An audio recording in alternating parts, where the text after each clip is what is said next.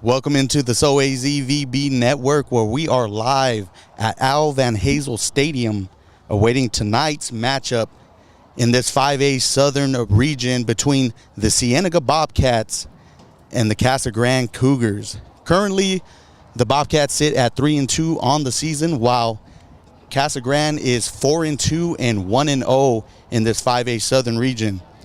Thank you all for joining us. I'm Daniel Guevara. Alongside me is Chris Kidney and Lupe Ramirez, and we are ready for another week of Friday night football here in Pinal County in southern Arizona. So, guys, what are your expectations coming here into tonight? I'm expecting a very good football game, a really competitive match. Casa Grande is coming off a really big win last week in Tucson, and now they're here to face another Southern Arizona team, and I feel like they are going to continue that winning trend. How do you feel about that, Chris? I think with Cienega, what they're going to have to do is really kind of find their niche. They've had a little struggling this season. I think what they got to do is obviously come in, erase things that have happened in the past, come out strong, and just, pretty much answer every game, every play. And so coming into tonight, who are the two players we should be keeping our eyes on as far as both teams go? Well, for me, I got Evan Webb. It's most of the time it's often that quarterback who comes in, and in this situation it's no different. He's going to be the one who kind of sets the whole pace of the game for Cienega. So it's going to have to be him to step up and see if we can get that passing game and also the running game going. And for the Casa Grande Cougars, it's also going to be the quarterback, number 2, El Torna Fatty Gant. The kid threw for over 1,000 yards, has 17 passing touchdowns, and 239 yards per game. Well, we'll let this national anthem get going, and we'll be back for the start of tonight's matchup. Do you have a football player that's afraid of getting hit? How about a baseball player that's in a slump? Or how about just wanting to tweak your golf game just a little bit more? At Hypnosis Works LLC, we've been helping athletes overcome obstacles and tweak their focus for the last 8 years. Call us now for your free consultation, 520-465-7457. Hey you, we've got something new in the store. Well, not really in store. It's in your home, in your office, where you play, wherever you are. My point, son, we're here, you're there. Wherever that is. Tucson Appliance Company is your appliance concierge. Tell us what you want. We will find it and send you photos, texts, emails, even FaceTime you the appliance. Buy it and we will deliver it. We're your personal appliance shopper. Only at Tucson Appliance, where our low price is your priority.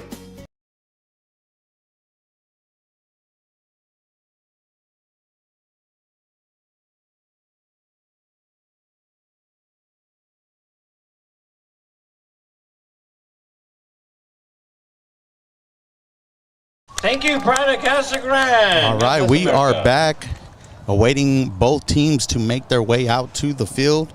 And can you believe here tonight is actually the first matchup between these two schools? Try to look up the history of these two programs. So we have a first, even though these programs have probably been in 5A, 4A area for many years.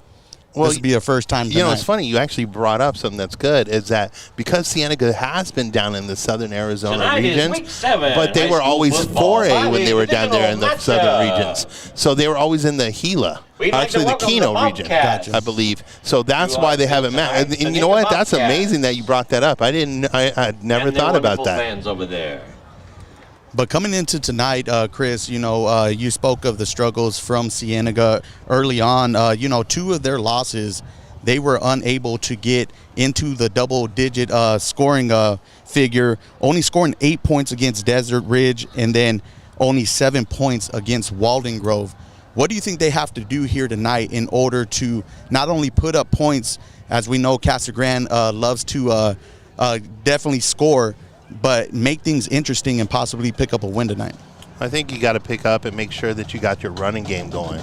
I mean, if the running game is going, and then you can kind of free up the passing game as well, that's where you're going to see a lot of the changes coming. You got to be. It's funny when you get it to a certain level, like that competitive, going for the playoff kind of thing. You got to have a multi-dimensional kind of team. You can't come in just run heavy or pass heavy. You got to have a little bit of both. So I think that's what they got to establish early in the game. Oh, no, absolutely. And, it's a team that is only averaging 19 points a game this year. So scoring definitely has to be a big factor. And, Luke, before Casa Grande comes out here, let me get your thoughts on what they have to do in order to pick up a victory tonight. I feel like they have to come out hard. They speaking to their coaches in the beginning of speaking to the coaches at pregame, a lot of them felt that they had the opportunity to beat Micah Mountain, but they came out flat.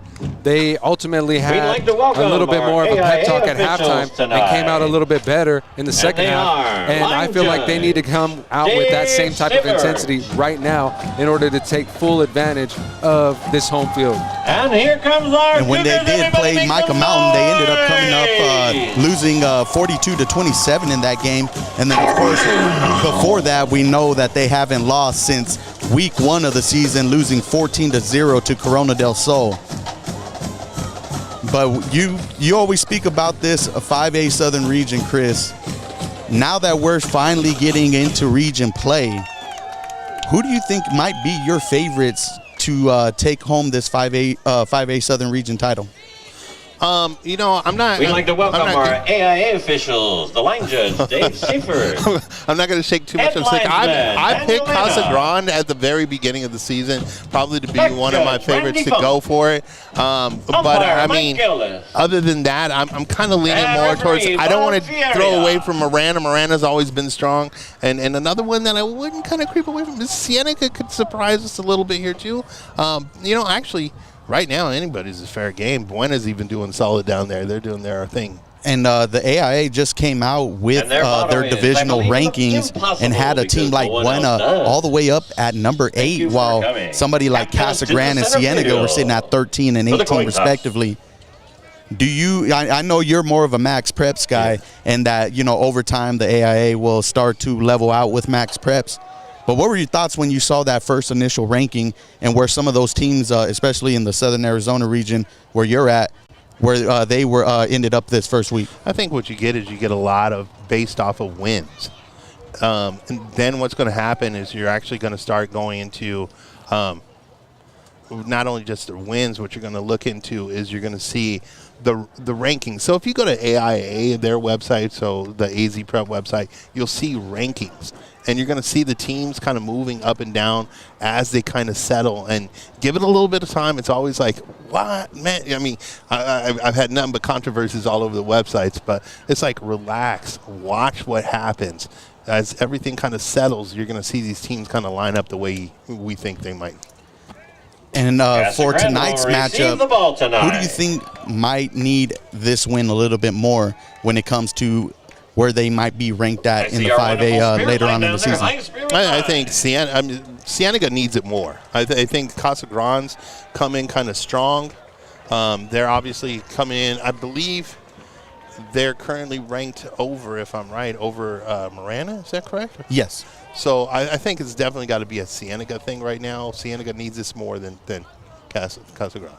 All right. Well, we are just a few minutes away here from kickoff as Casa Grande will be receiving the ball first here, and we're back at it for another week of football. I'm excited. I know it's more of a shorter week than what we're used to. We have 4 teams on byes this week in Pinal County, and I know you got a few down there in Southern Arizona, but as we always say, hey, if you got some score updates, let us know. We definitely want to know what's going on around Pinal County and Southern Arizona as a whole.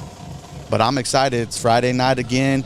You feel that October weather slowly creeping its way here in Arizona, and it's no better place to be than at a football game on a Friday night. Well, we do actually have a couple good games around going on throughout. What's some of the good games that people might want to keep their eye out for here in the Pinal County? We have one Pinal County clash with 2 Pinal County teams going at it tonight. At this moment in Santan Valley, the Coolidge Bears will pay a visit to the Santan Foothills Sabercats, and that should probably be a really good matchup and have a lot of region implications as both teams continue to struggle, but we'll do a lot to figure out how these rankings will show up next week when they come out.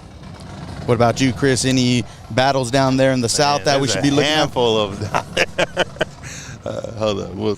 I want to see this kickoff here.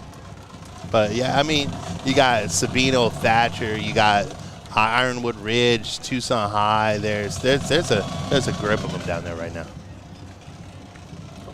Zane Colson is going to kick It'd be the ball number for 23, us. Zane Colson, who's going to be kicking off Number 23 for the Bobcats.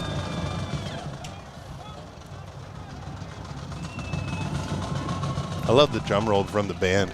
Hey, this band is pretty good. Definitely got to love a big band here. And here we go. All right, the ball will be received just inside the 10-yard line. As the returner is going to cut out and pick up a nice gain. Looks like he'll be just shy of the 30-yard line. So some good field position for Casa Grande to start off. And you were speaking of Elterna Gant, who is now in his third season as the leader of the Casa Grande offense, correct? Second. But you're right. It'd be his second full-time as a starter. But last week he went 15 for 19 for 276 yards and 4 touchdowns versus Desert View. So you know that Coach Luna and the Cougars love to air out the ball.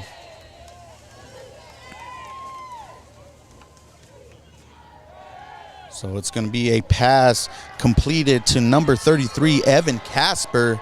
But he's going to be taken down. Looks like maybe back at the line of scrimmage, maybe a couple yards on the gain.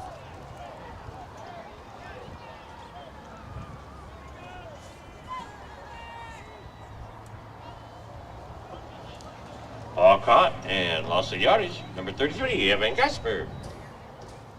Oh, looks like a loss of 5 on that play, so definitely not the star you want if you're Casa Grande. So we got a man in motion. This is going to be 3 wide receivers to the left. Gant's going to drop back and be brought down by a Bobcats defender. If they can get Casa Grande to go 3 and out, that's a big victory for Cienega coming into this game. And that looks like it might be number 66, Jose Leal, on the sack.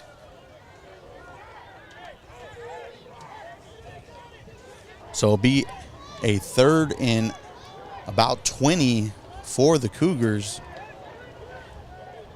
as they're going to come out in that pistol formation. 3rd down and 20 to go. Can't give it away. And we got a flag on the play. It's going to be offsides against Cienega. False start. And those are one of the things we kind of see early on in games, is you can't hurt yourself, especially if you want to be able to contend later on in the game.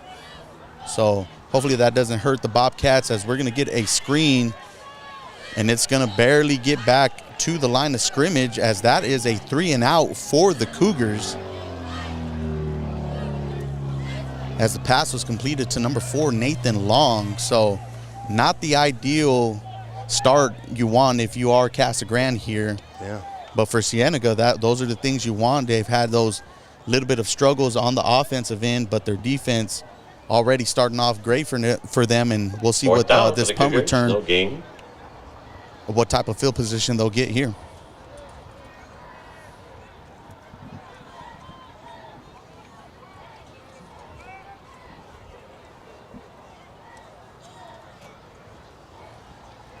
So it's going to be a short punt, as the ball will be down at the 41-yard line. And that's where Cienega will take over with 9:28 Kenny Campbell here in the first quarter. Pretty uncharacteristic start for the Cougars right now. Let's see if Cienega is able to take advantage of that and put some points on the board after that 3 and out. And so quarterback Evan Weber last week against McClintock, he went 10 for 19 with 117 yards and 1 touchdown and 1 interception. So we'll see if they can continue getting that offense going here tonight, as it's going to be a run up the middle, but the running back will be brought down by a gang of Cougars on the play, and it will be a loss of about 2.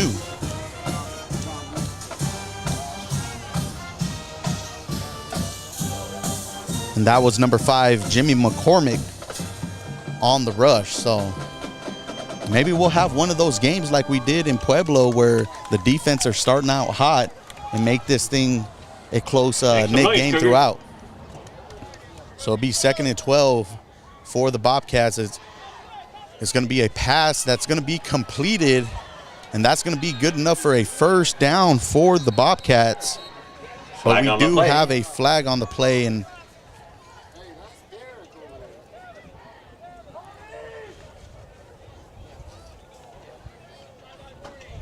sideline warning. And that'd be a sideline warning. That was a wishbone tackle.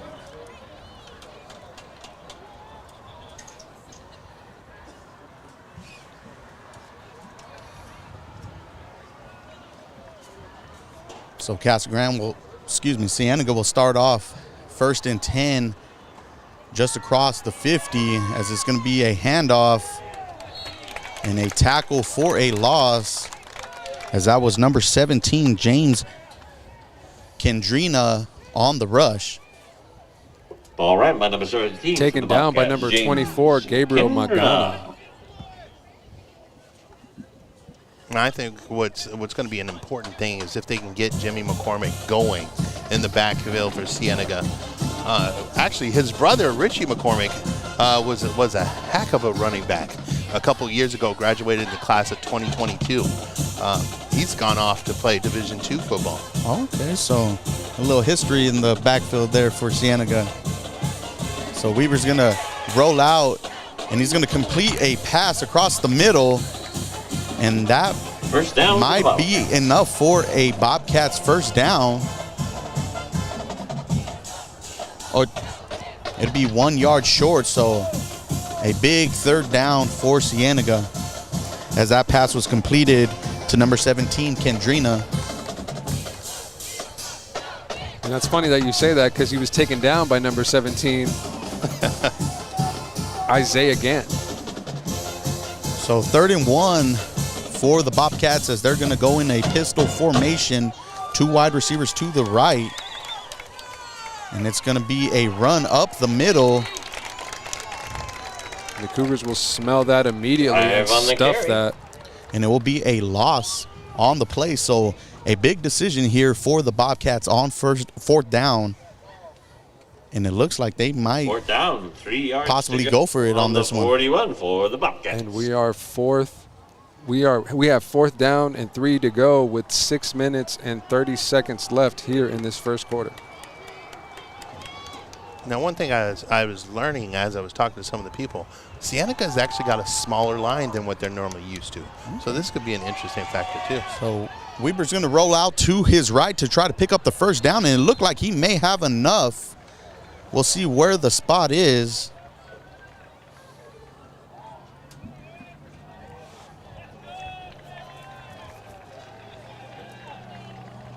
And that will be a first down for the Bobcats. So 2 back-to-back first downs. And they're already putting together a good first drive.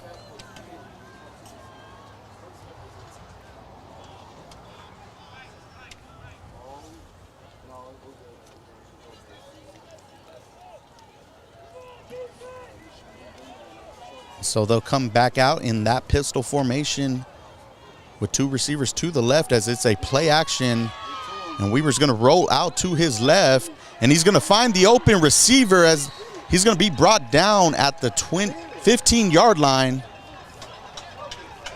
as that pass was caught by number 83, Malcolm Ignu. And right now the Bobcats are rolling. And he was taken down by number 10, senior number Derek Scott of the Casa Grande Cougars.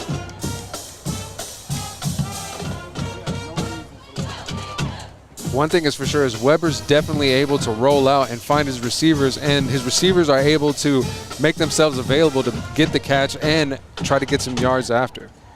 And even though Cienega has the smaller line, they're a little bit more athletic, as Weber's going to roll out to his right and complete a pass again to number 17, Kendrina, who's going to get in for a Bobcats touchdown.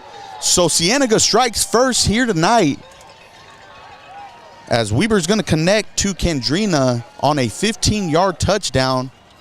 And now we have the Bobcats leading 6-0 with 5:22 in the first. So how about that? You know, a team that's been a little bit slow getting things going on the offense, they're able to strike first here tonight. Now it's just a matter to see what kind of Casa Grande team is going to retaliate after getting scored on first on their home field. And so the kick is going to be up and good by number 23, Zane Colson. Zane Colson. But we'll take a little break in the action, and we'll see what the Cougars are able to do here on their second drive. Do you have a football player that's afraid of getting hit? How about a baseball player that's in a slump? Or how about just wanting to tweak your golf game just a little bit more? At Hypnosis Works LLC, we've been helping athletes overcome obstacles and tweak their focus for the last 8 years. Call us now for your free consultation, 520-465-7457. Hey, you. We've got something new in the store. Well, not really in store. It's in your home, in your office, where you play, wherever you are. My point, son. We're here. You're there. Wherever that is. Tucson Appliance Company is your appliance concierge. Tell us what you want. We will find it and send you photos, texts, emails, even FaceTime you the appliance. We are back here at Al Van Hazel Stadium, where Cienega is leading the Cougars 7-0, as we got a little bit of a squib kick, and it's going to be recovered by the Cougars, who will start things out on the 35-yard line. I don't know if that was necessary at this point, especially since you got them out in a 3-and-out last time. You got down the field pretty convincingly. I don't know necessarily if I'd do a... You'd like the deeper kicks into the end zone? Hold them back there in the 20 or whatever the case might be. All right, well, we will see what the Cougars offense can do here on their second drive, as they will come out in this shotgun formation, one running back in the backfield. And we're going to get a quarterback keeper from Elterna Gant, who's going to pick up a nice chunk of yards, as it looks like he'll gain 5 on the play. And that's one thing that Gant can do, in the quarterback position. He has, not only thrown the ball through the air like we talked about earlier, over 1,400 yards passing, but also has 228 yards rushing with 4 touchdowns. So they do a lot of quarterback keepers when it comes to this Cougar offense. Definitely. That seems to be the culture here in Casa Grande, is having a good mobile quarterback. Before Fatty, we had Angel Flores, who is now doing his time at NAU playing football for the Lumberjacks. And it's going to be another quarterback keeper, as Gant's going to have enough for a Cougars first down. So you got to like that if you're Casa Grande and Coach Luna, to little things to get your offense going, and it comes at the hands of the quarterback here rather than through the air. It's on the ground. Yeah, which makes you actually, hey, look, as a defensive coordinator, do I put a mic on him? Do I put somebody that's just watching that quarterback, because that tends to be one of their little niches. So it's going to be a handoff to the running back, as it looks like it's a gain of 9 on the play, and that would be number 4, Nathan Long, on the run. Good run, Nathan.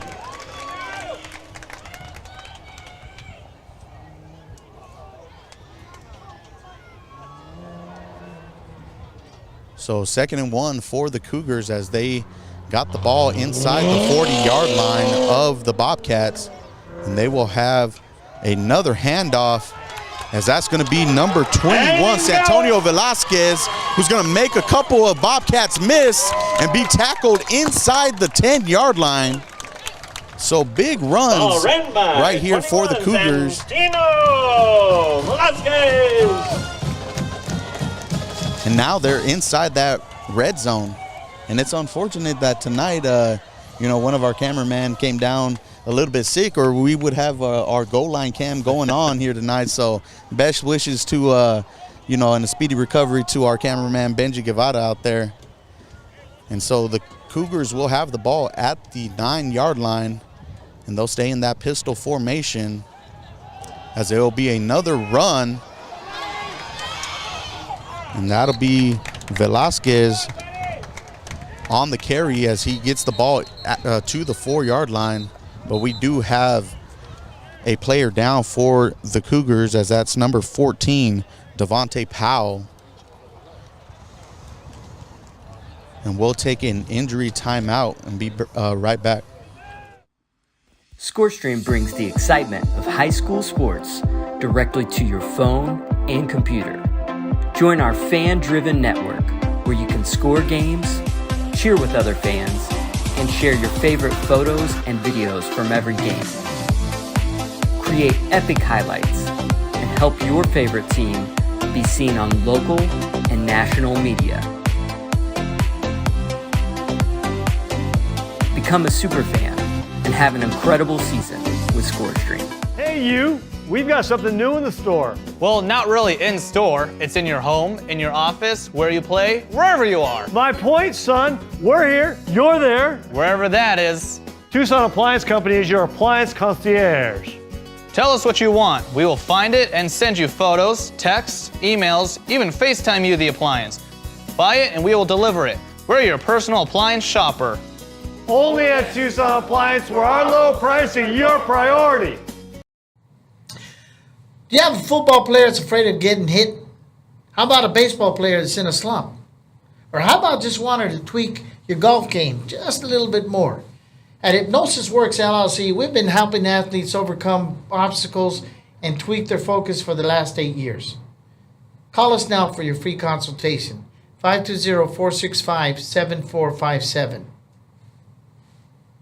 Hey, you! We've got something new in the store. Well, not really in store. It's in your home, in your office, where you play, wherever you are. My point, son. We're here. You're there. Wherever that is. Tucson Appliance Company is your appliance concierge. Tell us what you want. We will find it and send you photos, texts, emails, even FaceTime you the appliance. Buy it and we will deliver it. We're your personal appliance shopper. Only at Tucson Appliance, where our low price is your priority. All right, we are back here at Al Van Hazel Stadium as we still have a Cougar player down, number 14, Devontae Powell. So while they tend to this player, instead of going to a commercial, we're going to go to our intro screen, and we will be back once this injury has been taken care of. You know, those are the things we don't like to see, especially out here on Friday nights. And, we had the same issue occur last week at ALA Ironwood with a Chrisman player. So we hope the injury is not serious and that Powell will be able to get up on his own power. But for the time being, we will go to our intro screen and we will give you guys updates as they come in here.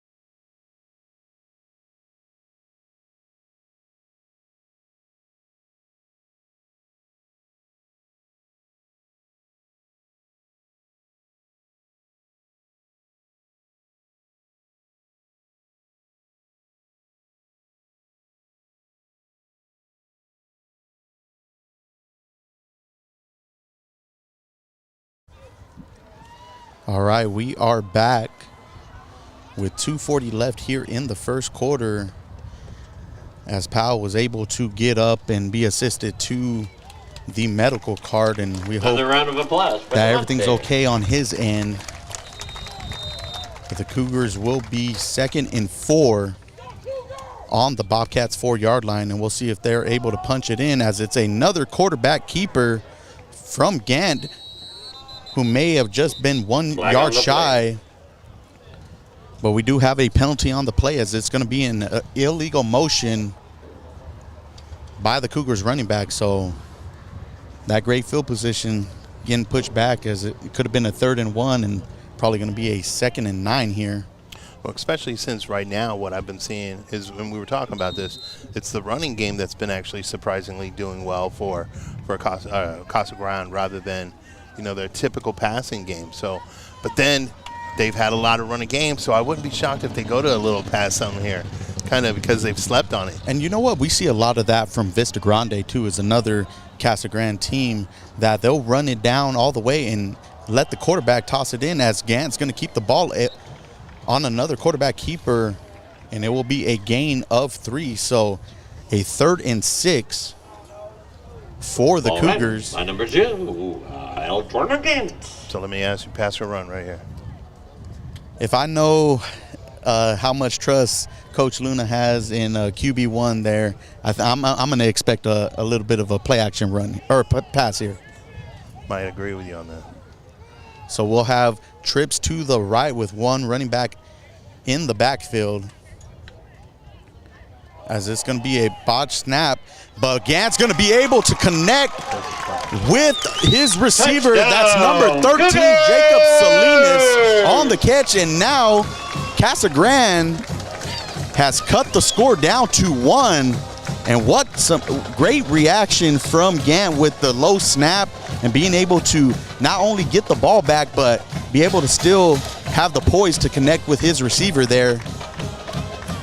You said it. How about that? Him being able to pick up that botched snap, especially with number 50, Manuel Griega, right on his tail, and for him to find his receiver, Salinas, right in the end zone, whip it to him, and now we are looking at 7 points on the board for the Cougars. This is a tie game with 1 minute and 20 seconds to go. So the kick was actually no good, so the score will remain 7-6 for Cienega, but you got to love the answer from Casa Grande.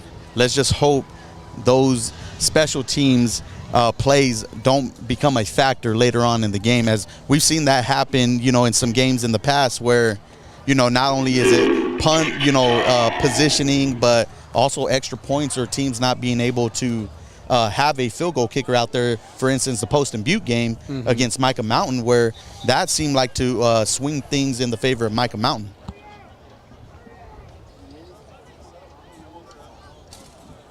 I'm really intrigued to see what Coach Luna does, when you realize that his running game is the stronger thing right now. How do you adjust your game plan for the whole day? And how does the defense, who's typically geared into the running game on Cienega's side, how do they kind of, like I said, do you put a mic on, like somebody who's spotting the quarterback? Like or a quarterback spy type of thing? Yeah.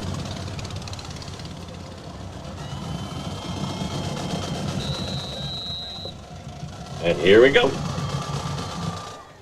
So the kick's off from number 44, Asante Santilli.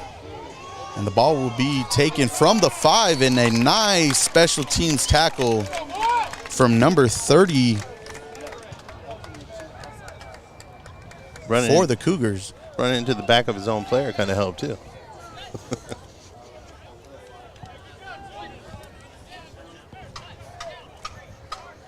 So it'll be 1st and 10 for the Bobcats at the 12-yard line. Yeah, and you know what? Sometimes on those returns, those are the type of things that kind of tend to happen, especially if your blocker kind of gets blown up on the return. And then, so we'll have a trips right for the Bobcats. It's going to be a handoff to number 24, Gabriel Lopez, and it looks like he may have picked up 2 on the play. So a little bit of a different approach from the Bobcats coming out, as usually it's McCormick back there, and now Lopez getting a little bit of love as he gets an attempt. And speaking of McCormick, he is one of the only rushers on the team with at least 81 yards rushing or more. So that just shows just how much trust they have in him in the backfield. Well, not only that, they've just struggled to be on that offensive side so far this year. Wow. And almost a sack from the Cougars, as Weber's going to be able to get away and throw the ball out of bounds with 18.2 seconds. And the Cougars defense are known for their sacks. Coming into tonight, they already have 25 and a half sacks. Wow. So they know how to get after the quarterback. 3rd and 7 for the Bobcats. I have a question for you. How do you get a half sack? So usually, I don't know. I'm just going off the stats. Usually it's players that have half sacks when a teammate and themselves wrap up the quarterback. Yeah. So whoever the stat guy is for the Cougars, they got an extra half sack going on there. I just had to throw it out there. So it will be a 3rd and 7 as they're going to go 4 wide receiver set, and it's going to be another completion for the Bobcats, and that's going to be a first down. And we'll see if that takes us to the end of the quarter. Pass completed. As that looks like it was Bobcat, Manny Morales. That's number 10, Manny Morales, on the reception, but it looks like the Bobcats are going to take the lead going into the second quarter, as that's going to do it for the end of the first, as your score is the Bobcats 7, Cougars 6. ScoreStream brings the excitement of high school sports directly to your phone and computer. Join our fan-driven network where you can score games, cheer with other fans, and share your favorite photos and videos from every game. Create epic highlights and help your favorite team be seen on local and national media. Become a super fan and have an incredible season with ScoreStream. Hey, you. We've got something new in the store. Well, not really in store. It's in your home, in your office, where you play, wherever you are. My point, son. We're here. You're there. Wherever that is. Tucson Appliance Company is your appliance concierge. Tell us what you want. We will find it and send you photos, texts, emails, even FaceTime you the appliance. Buy it and we will deliver it. We're your personal appliance shopper. Only at Tucson Appliance, where our low price is your priority. And we are back for the start of the second quarter, as Cienega has a 1st and 10 on the 29-yard line. But we do start the quarter off with a flag, as it's going to be a false start against the Bobcats. Cienega. And so, Luke, in this first quarter, what are you liking about the Cougars, and what are some things that are kind of worrying you so far here in the after that first quarter? Right now, I just don't see a sense of urgency from the Cougars right now, and that's a little bit troubling. You see Alternagant trying to do what he can and be mobile and make sure that the Cougars get on the board. I want to see a little bit more from their receivers. I want to see a little bit more from their defense right now. Cienega's making their pass game look really easy against Casa Grande, and I feel like they need to stop that if they want to come back into this game. Oh, definitely, especially if it's a team that's also picked up 9 interceptions on defense alone, as you almost got one there from the Cougars, as that's number 1, Kenny Campbell. Almost picked off by number 1, Kenny Campbell. And as I get ready to speak of their interceptions, I almost get one there. But Chris, what about Cienega? What has surprised you here tonight compared to what you've heard about them in previous games? Well, you know what I'm really liking is actually the capability, and then Lupe brought it up earlier about the rolling out capabilities of Weber. It's nice to see that he can scramble and still look downfield. Granted, that was probably an ill-advised throw right there because it almost did get picked off, but he was able to still see that receiver. That's a plus. So 2nd and 15 for the Bobcats, as they have a man coming in motion. And it's going to be a play action, as Weber's going to try to look for some running room and maybe pick up a yard on the play, as he was swarmed by a handful of Cougars there. Yeah, he saw himself surrounded by nothing but black jerseys and then just went down. So bring up a 3rd and 14.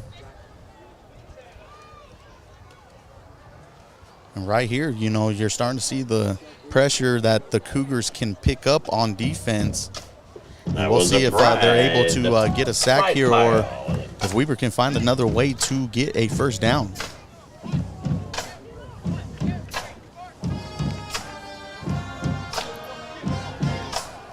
So it's going to be a pass completed, and that's going to be about a 6-yard gain, but not enough for a first down. So 4th down for the Bobcats, as it looks like they're going to get ready to punt the ball.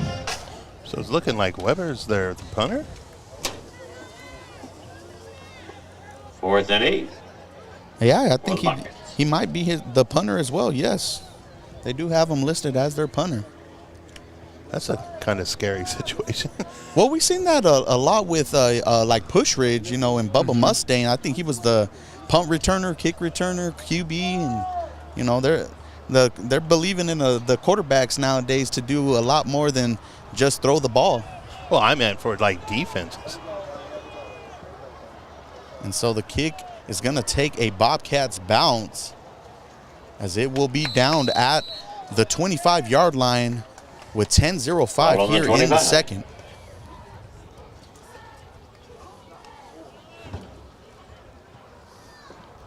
That punt was punted by Bobcat number 1, Evan Weber.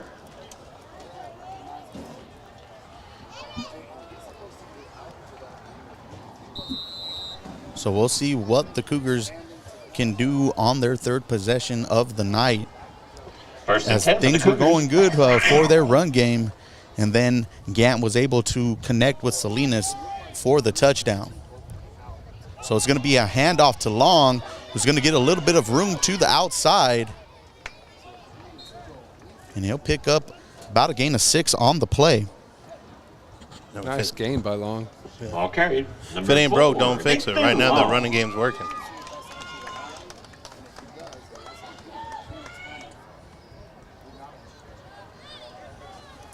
So 2nd and 4 for the Cougars, as they're going to be in that pistol formation. And it looks like Cienega's going to be playing up in the box a little bit more, as Gant's going to roll out and connect to number 12, First down. Damian Logan on the play. And that's one of their big transfers for Maricopa, who came last year originally as a quarterback and now has transitioned to the wide receiver position. Yeah, and you love to see it. He's getting a whole lot of playing time here in the wide receiver spot, and again wearing that number 12. Long live K. So Long is going to get a handoff, and he's going to get some opening on the side as he makes a move back to the middle, and he's going to keep going for a big Casa Grande gain as they get the ball inside the Bobcats' 30-yard line. Run, Nathan. So Nathan Long with 2 big runs on this drive and getting his team inside the Bobcats' 30-yard line. First and 10 on the 31. Nathan, known a lot for his finesse, made a lot of those Cienega defenders look silly. And he looks a little bit more like slimmer this year than he did last year, and seems to be a whole lot faster, as Gant is going to connect with big tight end number 34, Avion Williams, who's going to throw down a few defenders Ball ran by and pick up another Cougars first down. And now this Cougars offense seems like it's hitting its stride, and they are driving, as now they are inside the 15-yard line. With the running game being as strong as it is right now for Casa Grande, do you change out of the 3-man front that they are? It looks like they're going to a 4 here. And that ball is going to be handed off to number 16, Cameron Armstrong, who's going to pick up 5 on the gain. And you know what? I was noticing that too as well. Maybe at the start they were expecting a little bit more pass from Casa Grande, and now it's setting up some great runs as you lose a defensive lineman to help fill those holes a little bit faster. So 2nd and 6, as we do have a flag on the play, but Avion Williams is going to carry some Bobcats into the end zone. We'll see where the spot is. I think he's 1 yard short, but let's see what the flag is on the play.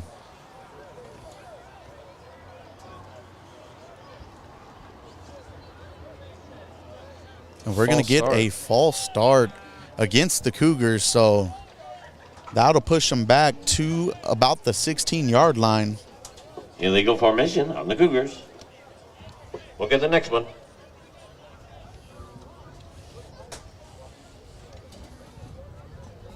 And how about big Avion Williams? You know, he's definitely last year was known with his basketball abilities, and he was a kid that we definitely had to keep on our radar coming into this year. I think he's listed at 6'6", as Gant's going to throw and try to connect with Williams, and is just out of his reach. Flag on the play.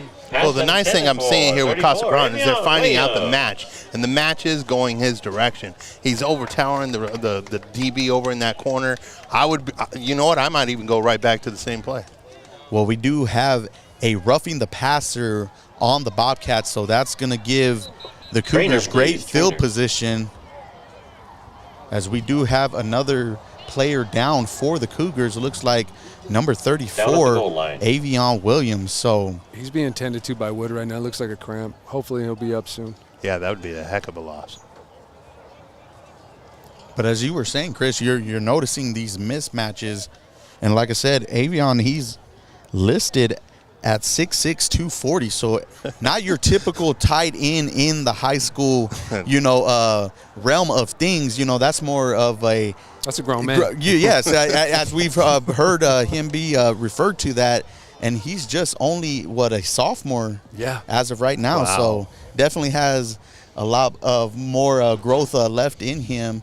And I think he's also being looked at by some D1 schools in Oregon, Arizona State. I know have tried to have him come visit. Interest, yep, definitely. I think because, like, you look at a kid like that, he fits the box that these schools are looking for. You get a 6'6" frame like you're talking about. Heck, that's almost borderline a Division I or any collegiate kind of lineman. Is 6'6", 6'5", 6'4", you know, so that's what they're looking for. And so Avion is able to get up on his own power.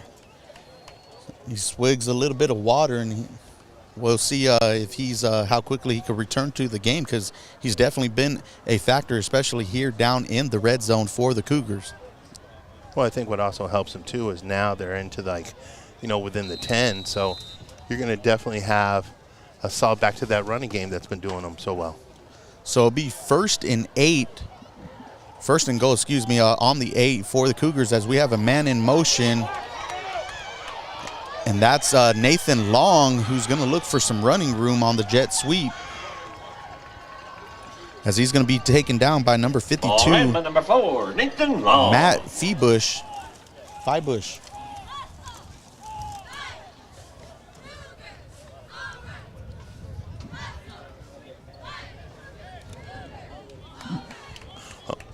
And so he looks like he may have gotten back to the line of scrimmage.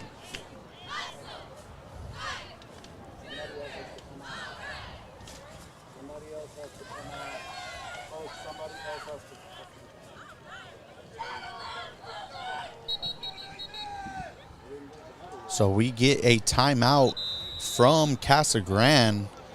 I think what I was hearing is that they had too many players on the field, so they had to make sure they took that. Definitely don't want to lose more field position. So with 7:01 left to play in the first half, Cienega's holding that 1-point lead, but the Cougars are knocking on the door. But let's take a look at some of our sponsors that have helped us not only tonight, but for throughout this whole season. And you definitely got to start things off with Game Time Recruiting and Consulting, Mr. Rodney Cox, always trying to help kids get to the next level. So if you ever have any questions, make sure you hit him up. And Get It In Apparel. Get It In Apparel is responsible for the black and yellow uniforms on the field being worn by the Casa Grande Cougars. Get It In Apparel also sponsors the Get It In Player of the Game. So coming out of the timeout, it'll be 2nd and goal from the 8-yard line for the Cougars, as it looks like Avion Williams is back in the lineup. And it's going to be a play action, and Gant is going to look for his intended receiver, just comes off the hands. Pass intended for number 8, Kendall Cade. As that he was looking for Kendall Cade, who's been a big receiver for Gant this year.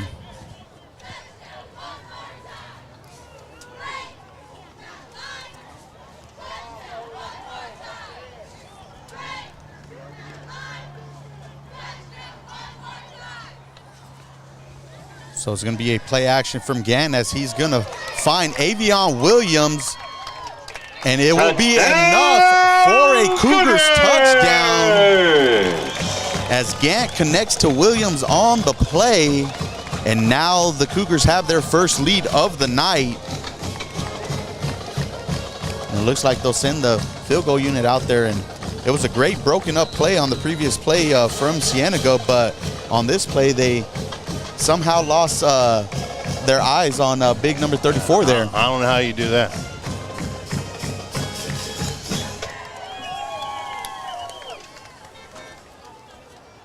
So the kick is up, and it is good for Casa Grande. So Casa Grande's now up 13-7 with 6:51 here in the second.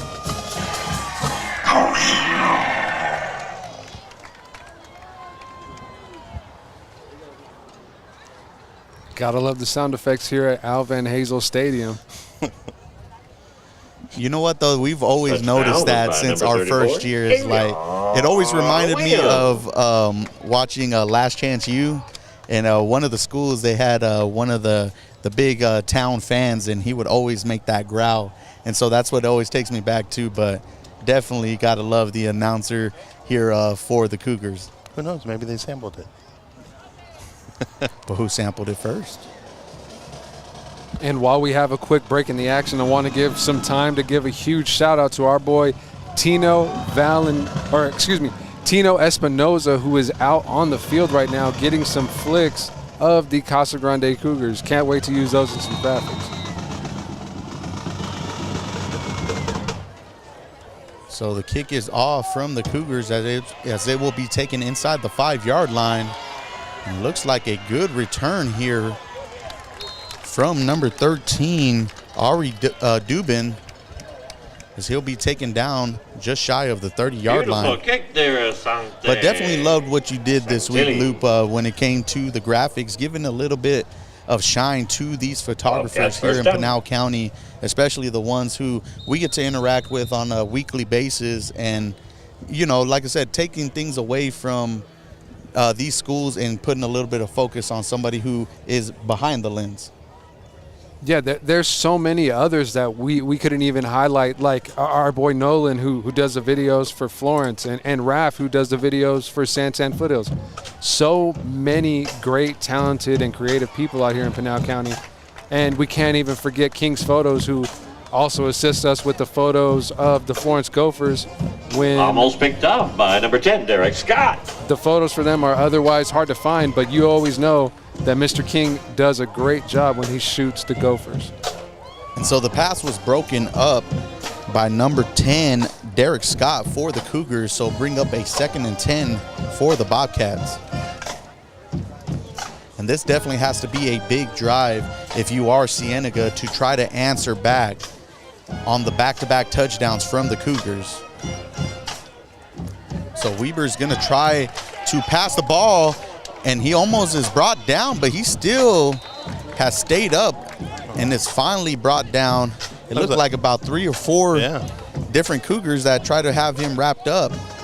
And that was Avion Williams on the tackle. Looked like he was more focused on getting the strip and then was unable to get it, and the quarterback was able to stay on his feet.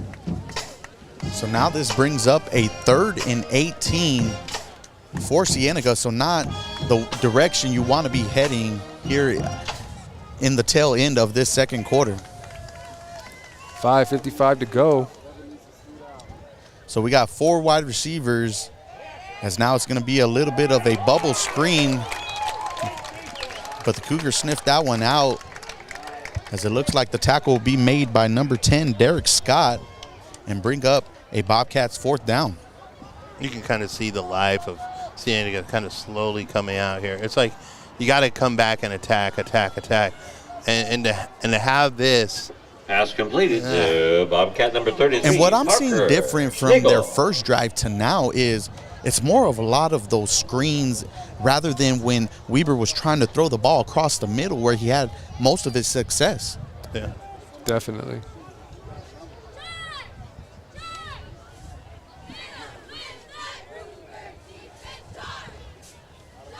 So Weber will punt the ball away. That's a nice kick. Is that you have number 16, Cameron Armstrong, who was back for the return. No. And it looked like the You don't get a Bobcats kick thought first. that Armstrong might have touched the ball and was going to take it to the end zone, but the referees will say the ball was down at the 40-yard line, so it will still stay Casa Grande's ball. You don't get to kick it down the field further. I kind of feel so bad that my mic was hot when I said that.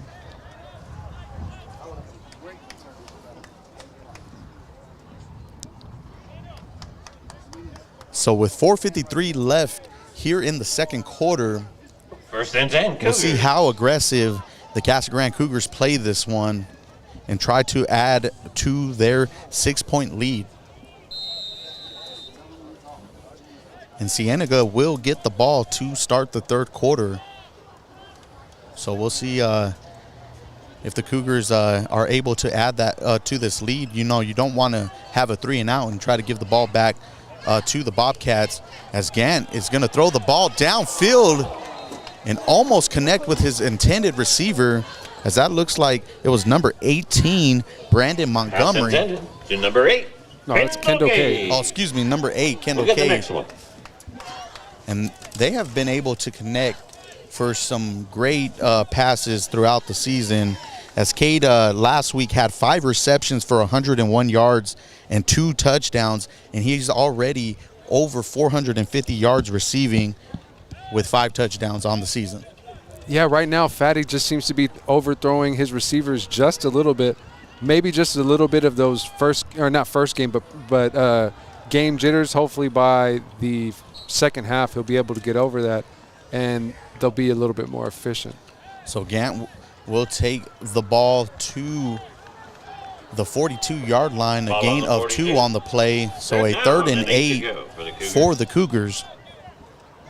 I think they have to stop him here.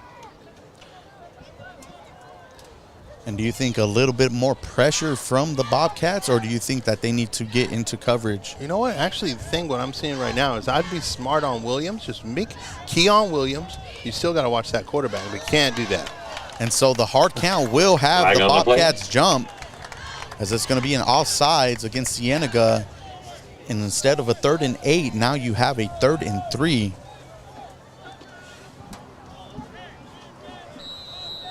But just that's smart football, though, if you're a coach and you know you have a big 3rd down coming up, and try to get the defense to jump. And it was successful for the Cougars and Coach Luna there, as it's another high snap, but Gant's able to catch the ball and pick up a lot on the gain,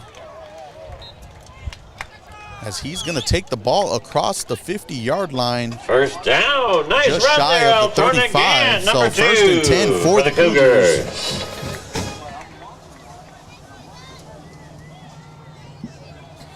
And see, that's the hard thing when you got a guy like Williams out there for you, where you got to kind of double up or key on him because he's so big. Then you turn around and you got to watch your shifty little quarterback. And what a And long he's on his run way! by Nathan Long. And he's going to go into the end zone untouched. So another touchdown by the Cougars, as now that lead is 19-7. And you got to love the offensive line and the wide receivers on that play to create a big hole for Long on that run. I think he went in untouched, like I said. I think that's like what I was just saying. There's so many key components right now with Casa Grande. So it's hard to watch it all.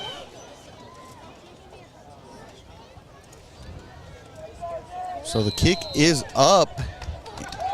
And It it is barely good. gets over the crossbar, but good enough to extend that lead to 20-7 with 3:29 left here in the first That was half. a number 4, Nathan Long touchdown. And after that 3 and out on that first drive for the Cougars, they have gone 3 times downfield, seems like with ease, to put up 20 points that have been unanswered. And you get that growl coming in from the announcer. Gotta love it.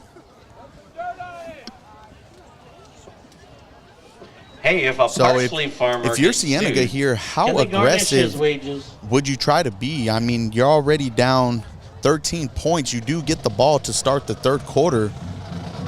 Do you see them trying to throw the ball downfield and trying to get a little bit of that momentum back? Or do you think they might play it safe here? I actually think that Cienega will try to do everything they can to get back on the board. Right now, they kind of been made look foolish, especially the way Nathan Long went into that end zone untouched. I'm thinking that Cienega is going to try to answer back big and answer back fast. I think you got to do something before halftime. I mean, I don't care if it's 3. I don't care what you put up. You got to trim it down to at least half. And so remember, Casa Grande's only giving up 14 points on the season per game. So definitely a tough defense to score on. But like I said, I'd like to see them get back to what they did on that first drive, where they were letting Weber air the ball out, and if he didn't have anything open, he was able to scramble for some yards. As you see right there, he completes a pass.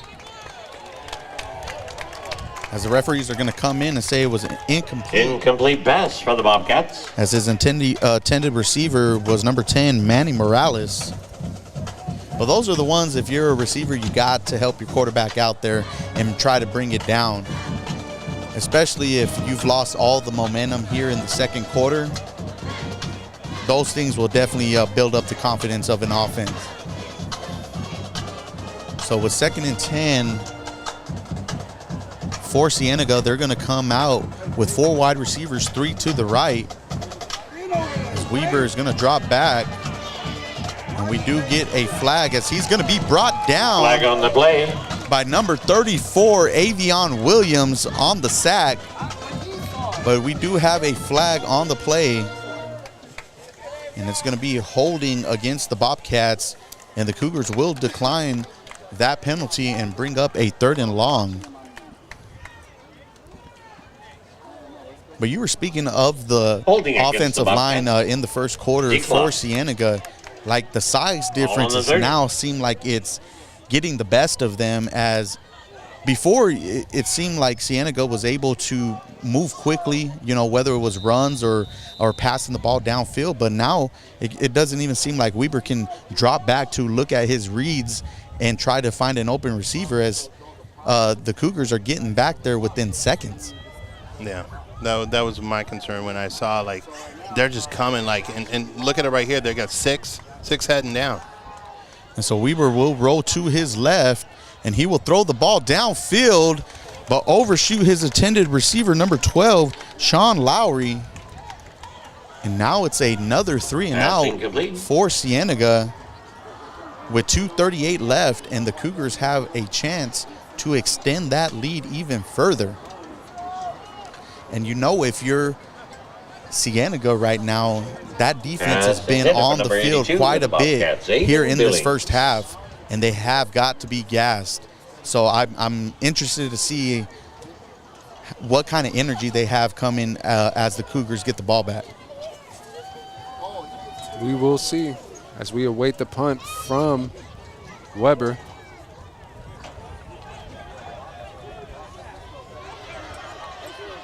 So it looks like Armstrong's going to get a good return on the play, as he's going to take it all the way to the 45-yard line with 2:25 left here in the second. And we do have a Bobcats player now down on the field, so hopefully there's nothing serious on that injury.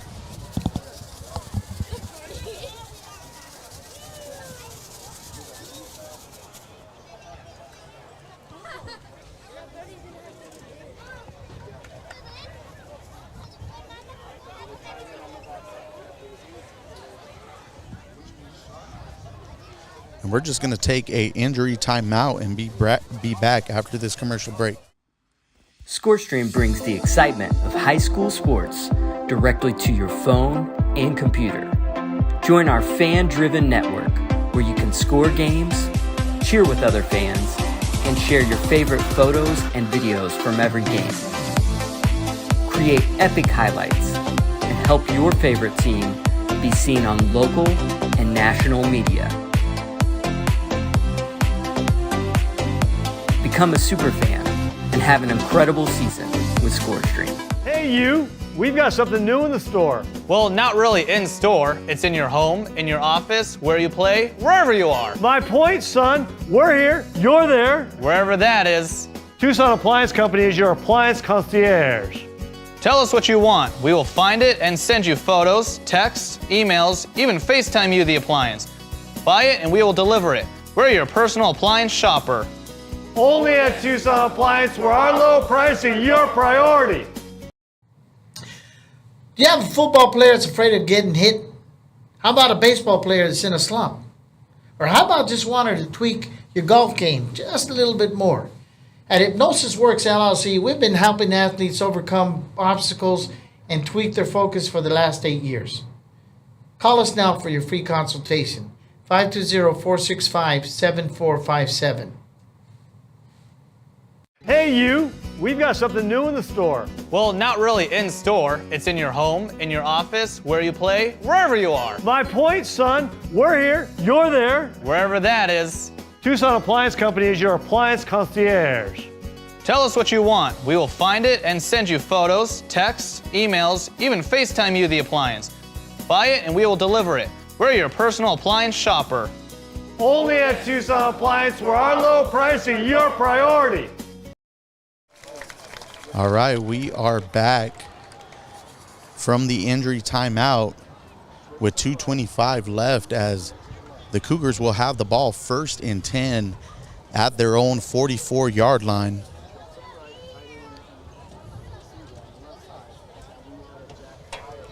And as the teams get ready to get back on the field, I know we're going to be able to talk about the remaining games for these two teams here, as it's going to be a battle for that 5A Southern championship.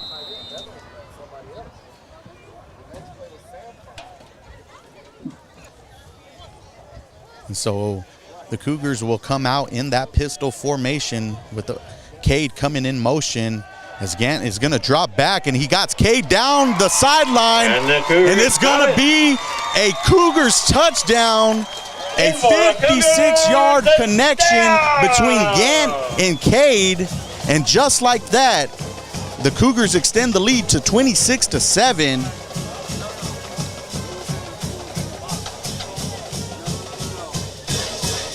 As it seems like some of the linemen are taking their time coming down for the field goal. So, but what a connection. I had talked about it early in the second quarter.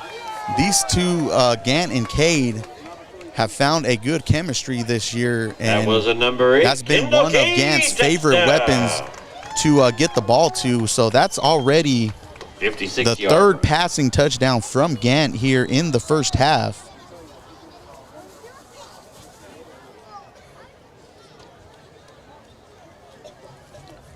And we'll wait the extra point as the kick is up, and it is good.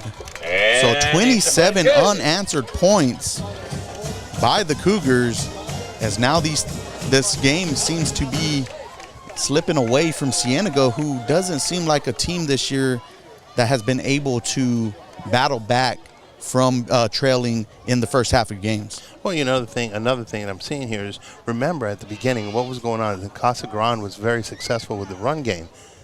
They didn't forget that they had a passing game. So, I mean, it's almost like Cienega's like, okay, well, we got to defend this running game. Let's focus on this run. Next thing you know, boom. Feeling kind of hungry coming up to halftime. Amarin Club is down there selling fry bread. The Booster Club, the Football Booster Club, wants to thank all of their sponsors for sponsoring the boys. And they are selling pizza down there. They're selling pizza down there, and we have you got to love the environment here at Al Van Hazel Stadium. Always a really good turnout and support from the Casa Grande community. And, Lupe, I think you were talking about the band over here. When I was growing up, coming to games with my dad when I was little, that was one of the biggest focus was the band. As, they are top in the nation. I know, Chris, you got Rincon, top in the state. As Chris, you got Rincon out there, who's another school that has a great band section. Rincon, Catalina Foothills, both of them, those are almost like 100, player pieces. They're just huge bands. But the one thing I've noticed by going around like what we've done, there's a lot of bands that are just, like even when we were at ALL Ironwood, that was a good solid band that they have. And, you don't need 100 people to just sound a good sounding good band. And so it'll be 1st and 10 for Cienega on the 30-yard line with 2:09 remaining in the first half. And we'll see if they can get any type of offense going here.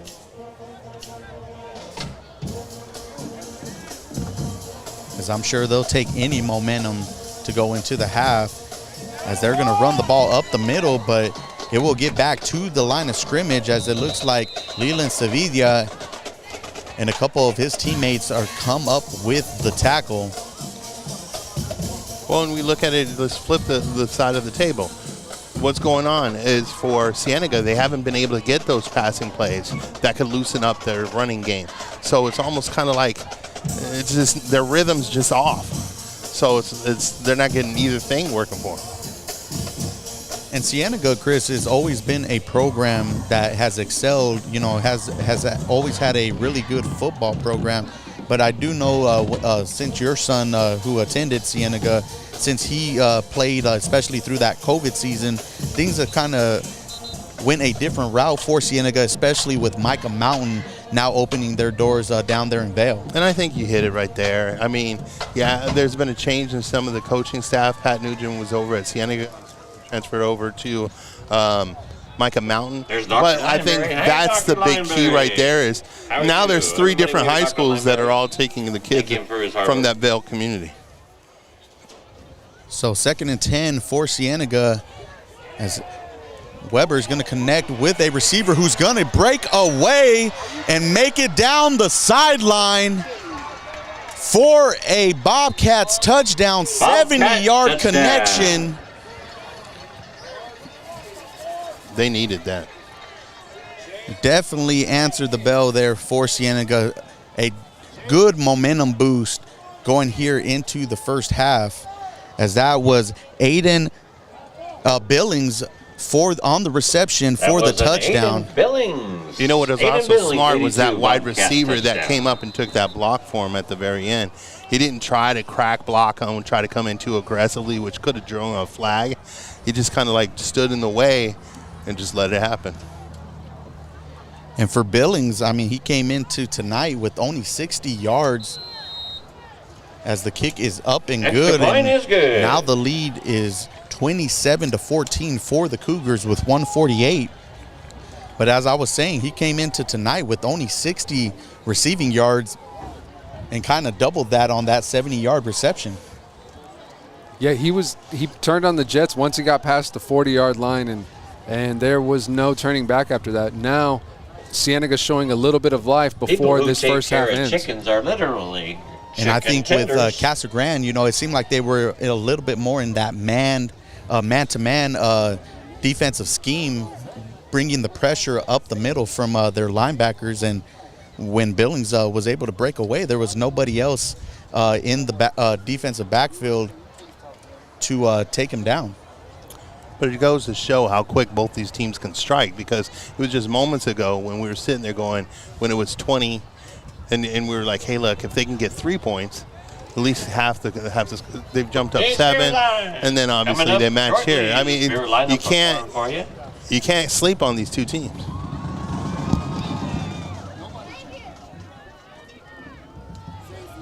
So we'll wait the kick from Zane Colson.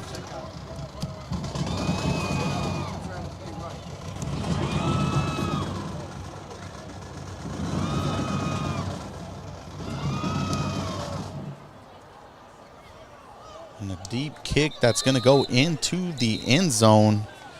So the Cougars will start 1st and 10 on their own 20.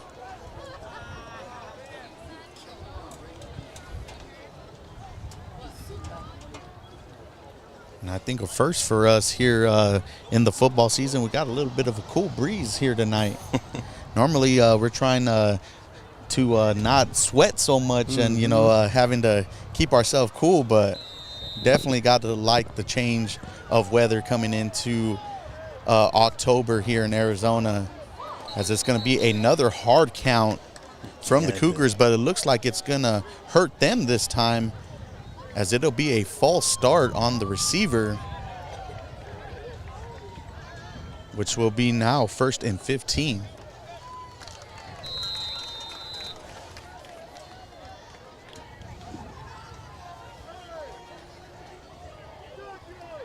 So the Cougars will have 4 wide receivers, as Ganton is going to find another receiver for a gain of about 5, as that's number 3, Fabian Cheatham. Pass was completed to number 3, Fabian Cheatham.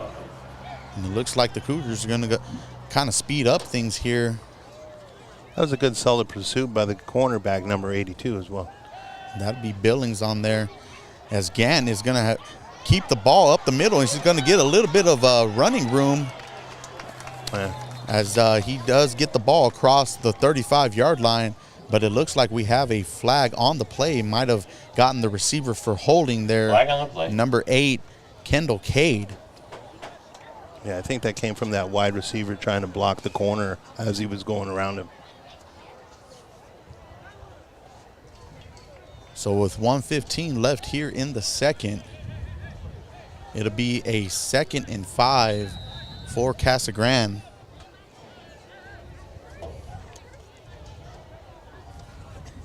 And Chris, if you're Cienega going into the locker room at halftime, what are you talking about to help motivate these Bobcats to make this game even closer?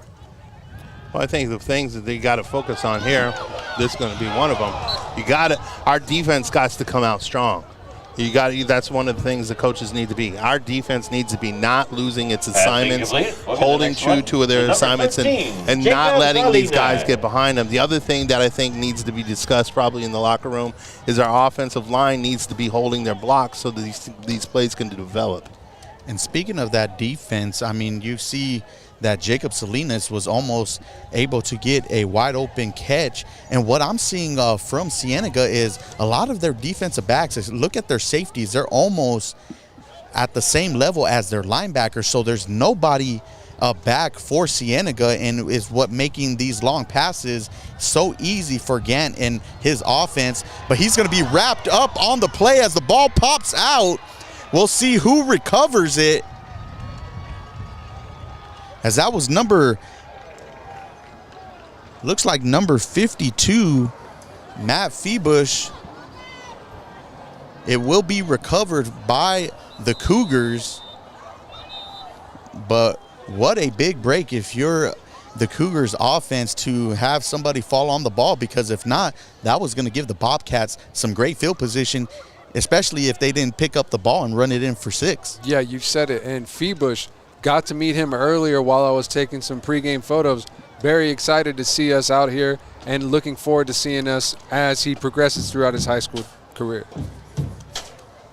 Another thing, going back to your guys' safeties playing up close, I think that's kind of almost in a sense because they in a sense, they're more afraid of the scrambling capabilities of the quarterback as well as the tight end than the passing game right now, which is leaving some of the wide receivers or the receivers to get in the backfield, leaving it open like we just saw. And if the connections were solid, and maybe that's why they're rolling the dice on that, if the connection was solid, that would have been another touchdown. Yeah, it's just an interesting approach. On my end, you spoke about the 3 defensive linemen, and, to have your safety sitting up so high, especially with how well Casa Grande passes the ball, but I guess those are the adjustments they do have to make right now, as Casa Grande's offense, was on a roll here in the second quarter, and it looked like they weren't going to be able to be stopped. But Cienega will get the ball back as we have 52.4 left. And the punt is away, and it's going to take a Cougars bounce and be down at the 49-yard line of Casa Grande with 41 seconds left. Another thing that remember when we saw that Mountain View Miranda game, and they were playing that zero coverage, pretty much that empty backfield. If that running back gets through, or the quarterback or whoever the case might be is running with the ball, it's chase me down mode. It's What's a frog's I think you always got to have somebody always in the backfield trying to protect them going over the top. I mean, that's your last line of defense there. You know, Right. you gotta have somebody.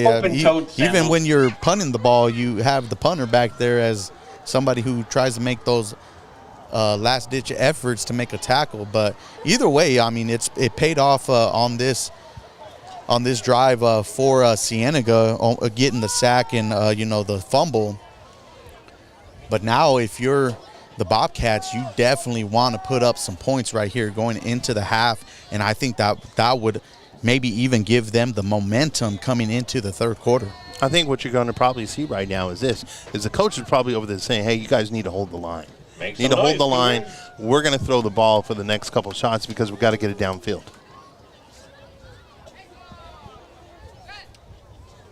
So the Bobcats will come out already across the 50. In an empty backfield.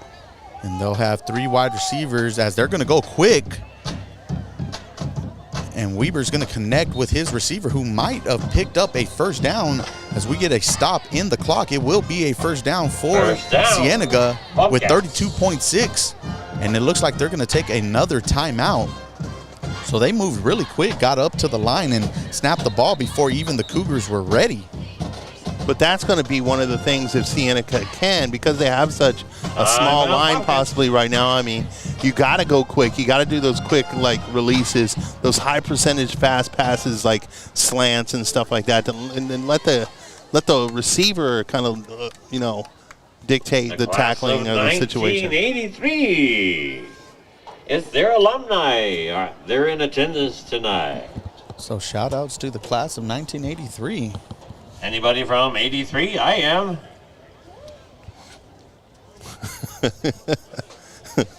I love this announcer here at Casa Grande. He's always been a joy. Like every year we come out, and for the class of 83, especially on homecoming, I can't imagine how live it was here. And Friday Night Fever, I believe, was here against Maricopa. So, the community here definitely loves their football and loves to see Casa Grande having so much success over the past, not just these past few years, but possibly almost the last 10 years.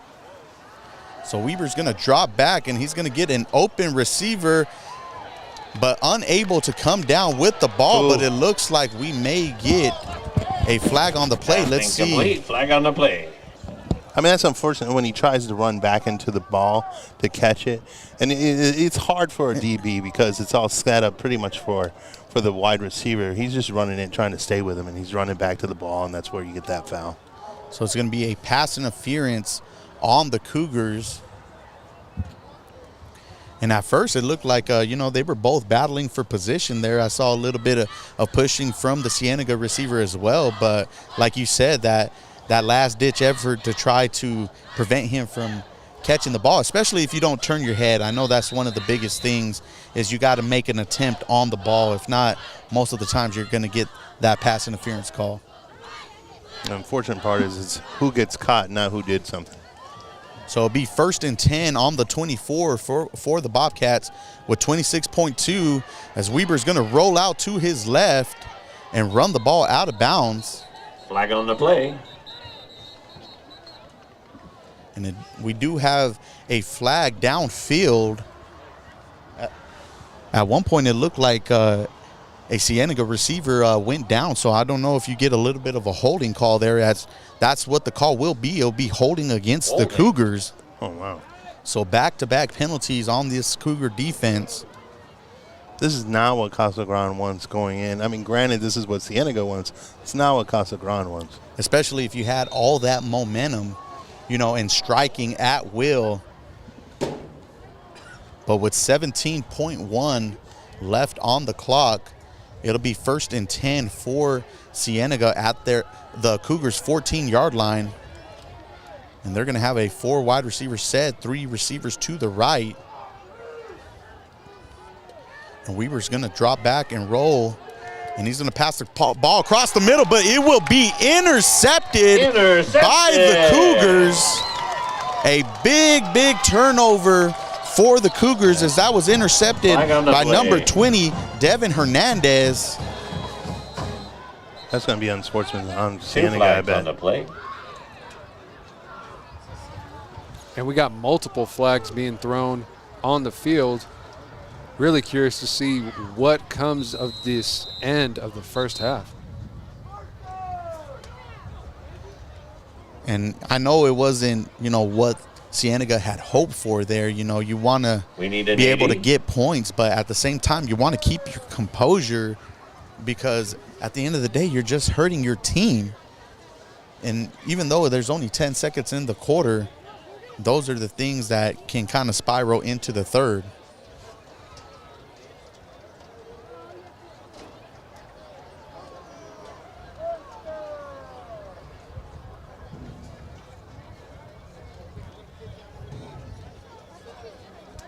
So we got a little bit of a stop in the action.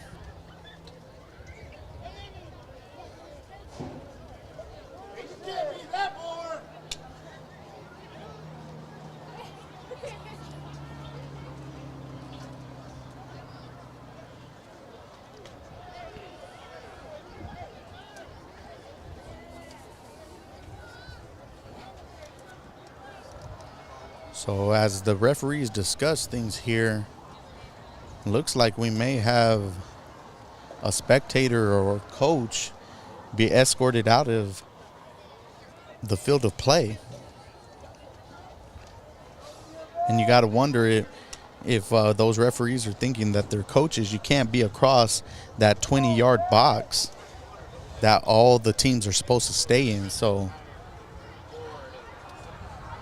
But either way, it will be the Cougars' ball. But something that's definitely a first for us, very unusual to see something like that happen. Especially completely unrelated to the game at hand. So Gant is just going to take a knee, and the clock will run out here in the second quarter as Casa Grande now has the lead 27-14. Cienega will receive the ball here to start the third quarter, but we'll take a little pause in the action and try to get some scores updated for you guys across Southern Arizona and Pinal County, and we'll be back right after this. ScoreStream brings the excitement of high school sports directly to your phone and computer.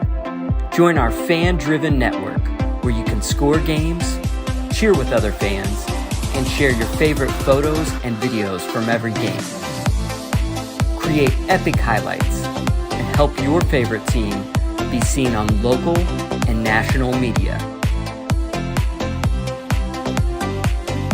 Become a super fan and have an incredible season with ScoreStream. Hey you, we've got something new in the store. Well, not really in store. It's in your home, in your office, where you play, wherever you are. My point, son, we're here, you're there. Wherever that is. Tucson Appliance Company is your appliance concierge. Tell us what you want. We will find it and send you photos, texts, emails, even FaceTime you the appliance. Buy it and we will deliver it. We're your personal appliance shopper. Only at Tucson Appliance, where our low pricing your priority.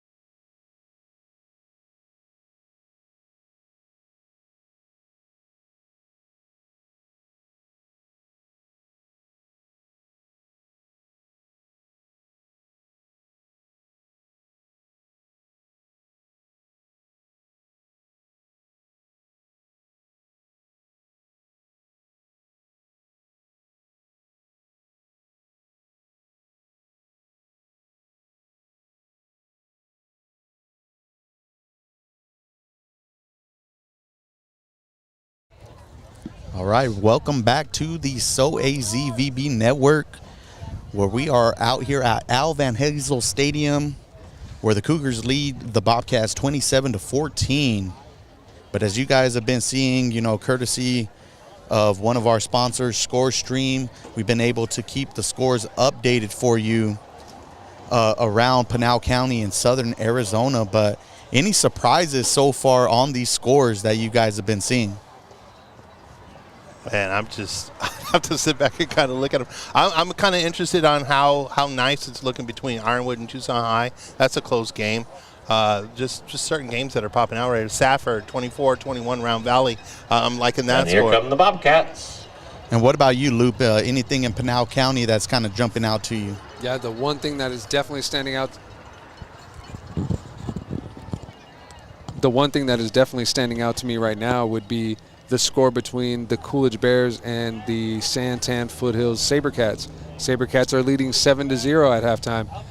Something that I was kind of leaning towards in our predictions. How do you feel seeing that score, and are you a little bit surprised? Definitely surprised, especially with the injuries from Santan Foothills coming into tonight's matchup.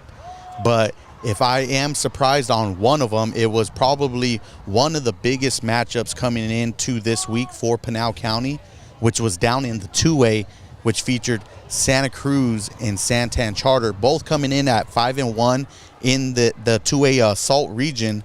And currently Santa Cruz is leading 14-6 at the half. So definitely will help not only them stay in contention for that region, but also possibly bump up in the rankings. Another shocking one for me is Marana Sunnyside. There's only really a 6-point difference right now from what we were able to find. That's kind of a shocker to me. And would you think that Marana would have a bigger lead on Sunnyside so far? Absolutely, because right now Sunnyside coming into this week was ranked the lowest in their region, where Marana's been at the second spot. So it's kind of really, that kind of thing. And another big region game is happening up on the mountainside between Snowflake and Post and Butte, where Snowflake only has a 2-point lead.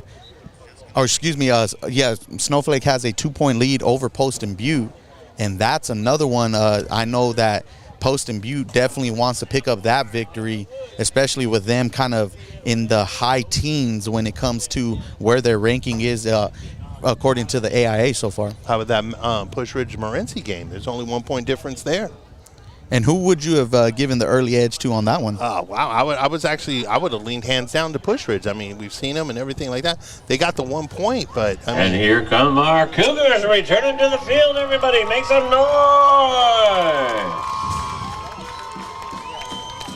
But let's go into these two teams here today.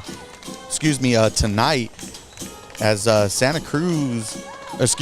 Casa Grande has a 13-point lead, and it took them a little bit to kind of get going after that first drive. They went 3 and out, but went on 27 unanswered points before Cienega was able to score late in the second quarter and had a chance to narrow that lead. But unfortunately, there was a turnover in the end zone by QB1 Weber.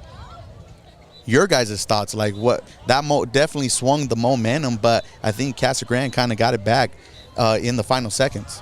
Yeah, it was something that was definitely necessary for the Cougars to do, because I felt if they weren't able to stop the Bobcats right then and there, the Bobcats, we saw them just before that halftime ended. They were able to score, or if not necessarily score, but move the ball with quickness with just a short amount of time. So had the Cougars not been able to do that, we might be looking at a 6 or 7 point game.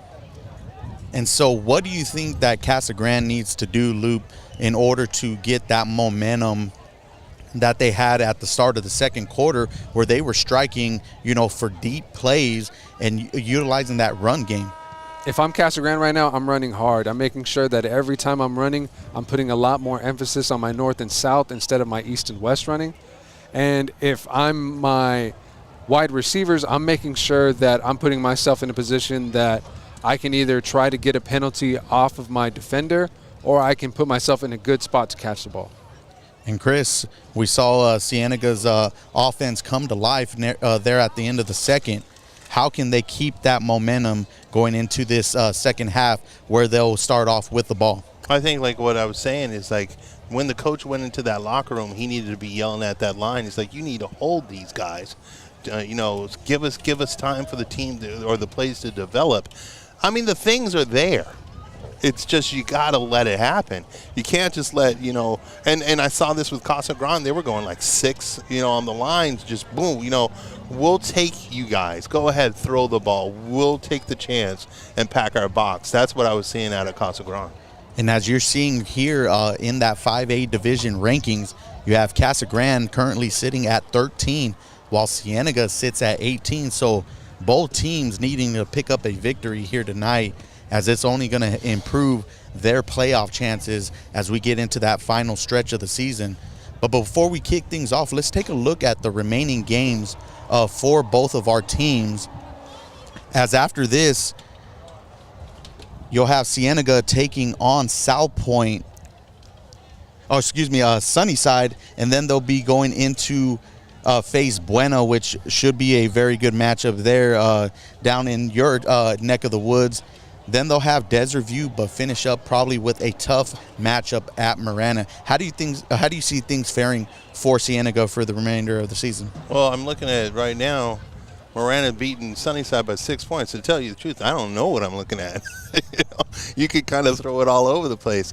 Right now, it's almost any given Sunday. Like Sunnyside's, hey, they could be looking hot. Buena's been doing okay. Desert View has been kind of like on the, the shocking list here and there too. I honestly, I can't answer the question. This is just a back-to-back good matches in that region. And Loop, Casa Grande will go into their bye week after this matchup here tonight. Then they will have their chance at Sunnyside, then a big game against Marana, and finish up with currently the number 8 ranked Buena team. How do you like the remainder of the schedule for Casa Grande? And is there a team that might get you a little bit nervous when it comes to this 5A Southern region? I feel like the bye after this game is most definitely going to be necessary. Them coming in after their bye to play Sunnyside, I feel like is going to be a good test for them to get their feet wet, especially coming back after that bye. From here on out, the only game that probably not necessarily concerns me but feels like it'll be a more competitive game would be the game with Marana that is going to take place here at Al Van Hazel Stadium. Ready to go again out there, you fans. So we are ready for the third quarter. As we said, Cienega will receive the ball, and you got to imagine it's a big possession for the Bobcats here, as they're going to look to try to answer that offense from Casa Grande. But as we said, that defense has been playing so well for Casa Grande. Could you imagine if they would have made something out of that last run and getting the ball here, they would have been in a better situation. But, hey, this might negate that last pick. So the ball will be fumbled into the end zone, as now it's going to be a touchback. So something definitely fairly new. If you're watching the game, you see a fumble, right around the 5-yard line, then the ball rolls into the end zone and it's a touchback. Normally that ball would stay live in what we know as, in the college football, NFL type of thing. So looked like he touched different it. change here in high school sports. I'm wondering if it's because he didn't have possession, if that's why they're trying to do that. But in all theory, the Booster Club down there has pizza, $2 a slice, and $10 a box. So it'll treats. be 1st and 20. And they have some wonderful new apparel, 1st and 10 hoodies, on the hats, 20 and for clear the bags. Bobcats, as they're going to come out with 4 wide receivers, and it's going to be a handoff up the middle, but the Cougars are there to swarm the ball, and maybe have been a loss of 1 on the play.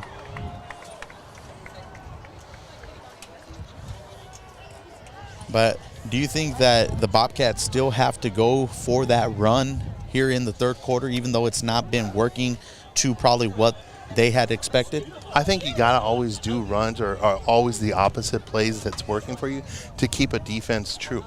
Because if you realize, hey, look. You got Weber, who's going to roll out to his right, but he's going to be brought down. And that's going to be a tackle by number 24, Gabriel Magana. The pride of Casa Grande. And it's going to be a gain of about 4, so a 3rd and about 8 for the Bobcats. As Magana, he's been all over the field for the Cougars this year, having 41 tackles, 10 tackles for loss, 2.5 sacks, and 1 interception. And he currently leads the team in tackles and tackles for loss, so he knows how to attack that ball. So 3rd and 8 for the Bobcats.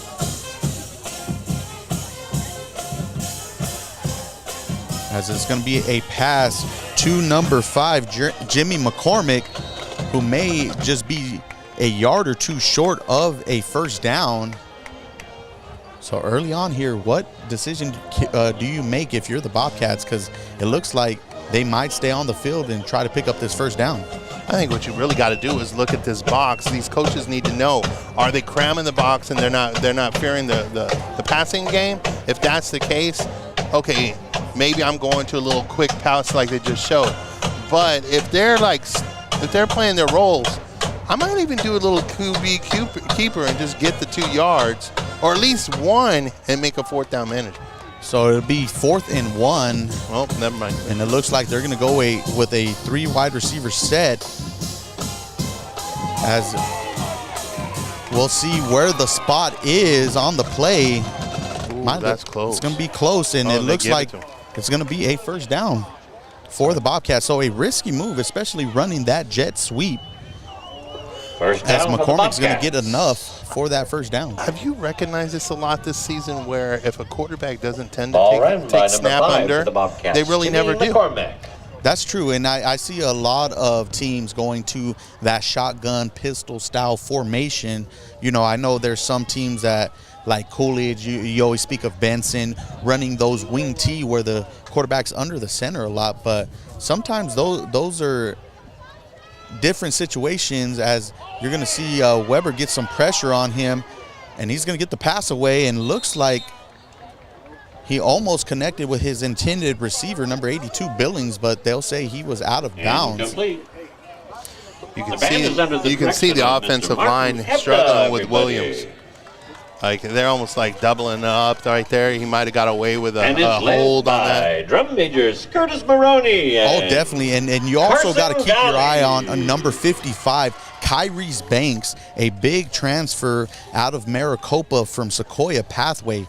Him and his brother, Norian, definitely bring a presence, and you'll see his presence here on the D-line. Just on the other side, you have Avion Williams, who you were speaking of. So 2 high-caliber defensive linemen. As Weber's going to look for Billings again, but overshoot him. Number 7 just came right from the backfield, straight through the gap, and right in the quarterback's face. So, I mean, he had to just kind of throw it. And at least he didn't, throw it where it's safe. Don't throw it off into the situation. And so, Loopy, I mean, you've got to see the Banks brothers in action, especially last year. What type of presence do you feel that they bring, especially on this already good Casa Grande defense? Well, both brothers play on both sides of the ball. You look at what Norian's able to do on offense. He is a dangerous running back, somebody that is very difficult to take down, and something that the Cougars were lacking, seeing that a majority of their running backs are speed and finesse runners. And there's going to be a connection between Weber and number 19, Logan Welsh. What a grab by Welsh to pick up a first down for the Bobcats. But yes, I definitely agree with what you said about the Banks brothers. And I know once they're able to get them both in that lineup, especially if you can have like somebody like Norian alongside Nathan Long in the backfield, that's a big 1-2 punch there. Yeah, and then I didn't even get to speak on Kyrese. Kyrese is a huge help for this defense for the Cougars. And hold that thought. We do have a fumble on the play, as it looks like it's going to be recovered by the Cougars. Retrieved. So not something you want if you're the Bobcats, to turn the ball over, especially as your drive was kind of getting going. And you know, they had that big third down connection. Number 1 picked that That's up. unfortunate. Yeah, it looked like Jimmy McCormick was going into the line, into the traffic, and somebody just got a hold of either his arm and pulled it back to a point, which just coughed up the ball. And you know, it's those little things you got to protect the ball. So we'll see what the Cougars can do with their first possession here in the second half, as Nathan Long is going to get the ball. He's going to make a cut and pick up about 6 or 7 on the run. And it's such a different dynamic having somebody like Long in the backfield, who he's not your north and south type of runner. He definitely loves to get to the outside and get towards the sideline to pick up big yards. But a big change from him, as the last couple years he's actually been a really responsible wide receiver. And you're going to have Kendall Cade on the handoff, who's going to break away for a Cougars touchdown, as that's going to be a 42-yard rush by Cade. And now the lead extends to 33-14 for Casa Grande with 7:27 here in the third quarter. And that'll be his second touchdown on the night, 1 through the air and 1 on the ground. And he was another big runner last week for the Cougars, as I think he led the team in rushing coming into at last week's game versus Desert View. But those are the things that the Cougars can do to you, is as the kick is up and it's going to hit off the crossbar and be no good. So now the lead is 33-14 for the Cougars. But speaking of Cade, you know, having those different type of dynamic runners where Nathan Long loves to get to the outside, well, what do? They reverse it back to Cade, who comes into the inside and has a big hole over there for the Cougars. 42-yard run. I've got to definitely applaud the offensive line here for Casa Grande, as they've opened up some big holes for these Cougars running backs. And, you know, you definitely got to talk about Coach Bear down there for the Cougars, who came over from Vista Grande and is now on the Cougar sideline. And he's definitely helped improve this offensive line from last year to this year. Yeah, and I feel like that you mentioned that he had came from Vista Grande, and then if you look at the Vista Grande sideline, a face that's familiar for Cougar fans over there is Coach John Jane. Yay! So I feel like that swap in coaches was completely necessary for both of these teams to flourish. I think it's Ava's turn. And Chris, how can the Bobcats try to narrow this lead here? I mean, it seems like that turnover and just how easy that Casa Grande was able to score. Like, how does that offense get going now? I think once again, I mean, the offense was moving fine this last series. They were doing okay. And once again, it was the strip that kind of like turned that momentum a lot. What I need is like, I need Cienega to once again do their defensive assignments and tackle, wrap up. You know, it's the simple things. It's like, hey, look, guys, you shouldn't have a running back getting past one open and then to the next. You got to kind of get in there and just, hey, look, square up. And it's so crazy to think that 2 turnovers by Cienega here, not only at the end of the second, but at the beginning of the third. It was probably around a 14-point swing as they were getting ready to score at the end of the second and then driving on the third. And Casa Grande's able to not only not give up any points, but put up some points themselves. Well, and once again, you're deflating the whole drives. Like, okay, we're trying to get our offense moving. We're trying to get it moving. And next thing you know, bonk, throwing an interception or fumbling the ball. Nice kick again. Like, you can't have that being the results to your drives. You got to get something on the board. So Cienega will take over on the 20-yard line. And you got to think, if they don't put up any points here, things are going to get pretty rough, especially with Casa Grande's offense back into the sync of how they were in the first half. It's a huge possession right here. So it's going to be An unblocked defender for Casa Grande as the ball is going to be intercepted. What a play by number 7, Jonathan Marley, as it looked like Weber was trying to get the ball and throw it out of bounds. And what did we just say? But a third straight turnover for Cienega. But what a play by Marley on there to have the awareness to not only jump up to intercept the ball, but to keep his feet in bounds. Intercepted by number Definitely 7. a great defensive play there. Jonathan Marley. I can't take anything away from Cienega.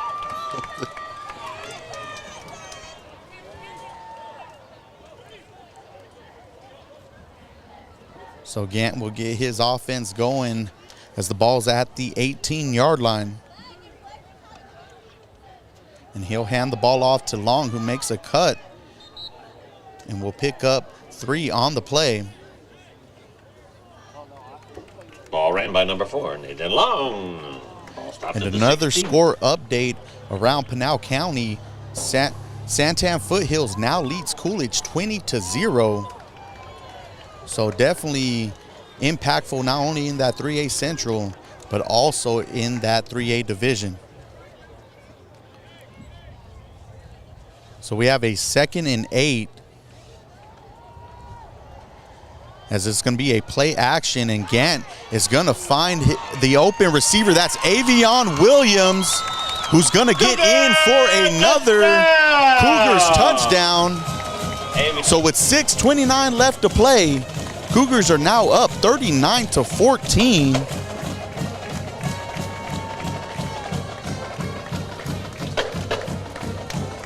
As Gant is able to find Williams for the 2nd time tonight. And that will be the 4th passing touchdown for Gant. So that makes 8 total passing touchdowns just in the last 2 weeks. And you got to know he is getting that momentum. He's getting hot at the right time here in this 5A Southern region. And with him in a groove, with Nathan Long in a groove, this Cougar team is going to be hard to stop. So with the kick up and good, it will be 40-14 with 6:29 in the 3rd. And what a turn of events here, as it looked like Cienega was on its way to kind of get things within 7. And now it's a 26-point lead for the Cougars. Definitely a huge momentum shift in the past 6 minutes, and Casa Grande has done everything that they can to solidify themselves and walk away as winners in this game. A couple more scores around Pinal County. Maricopa leading Nogales 27-0. Vista Grande up on Rincon 46-6. Eastmark up on Desert Sunrise 41-6. Go make some noise out there, Cougars.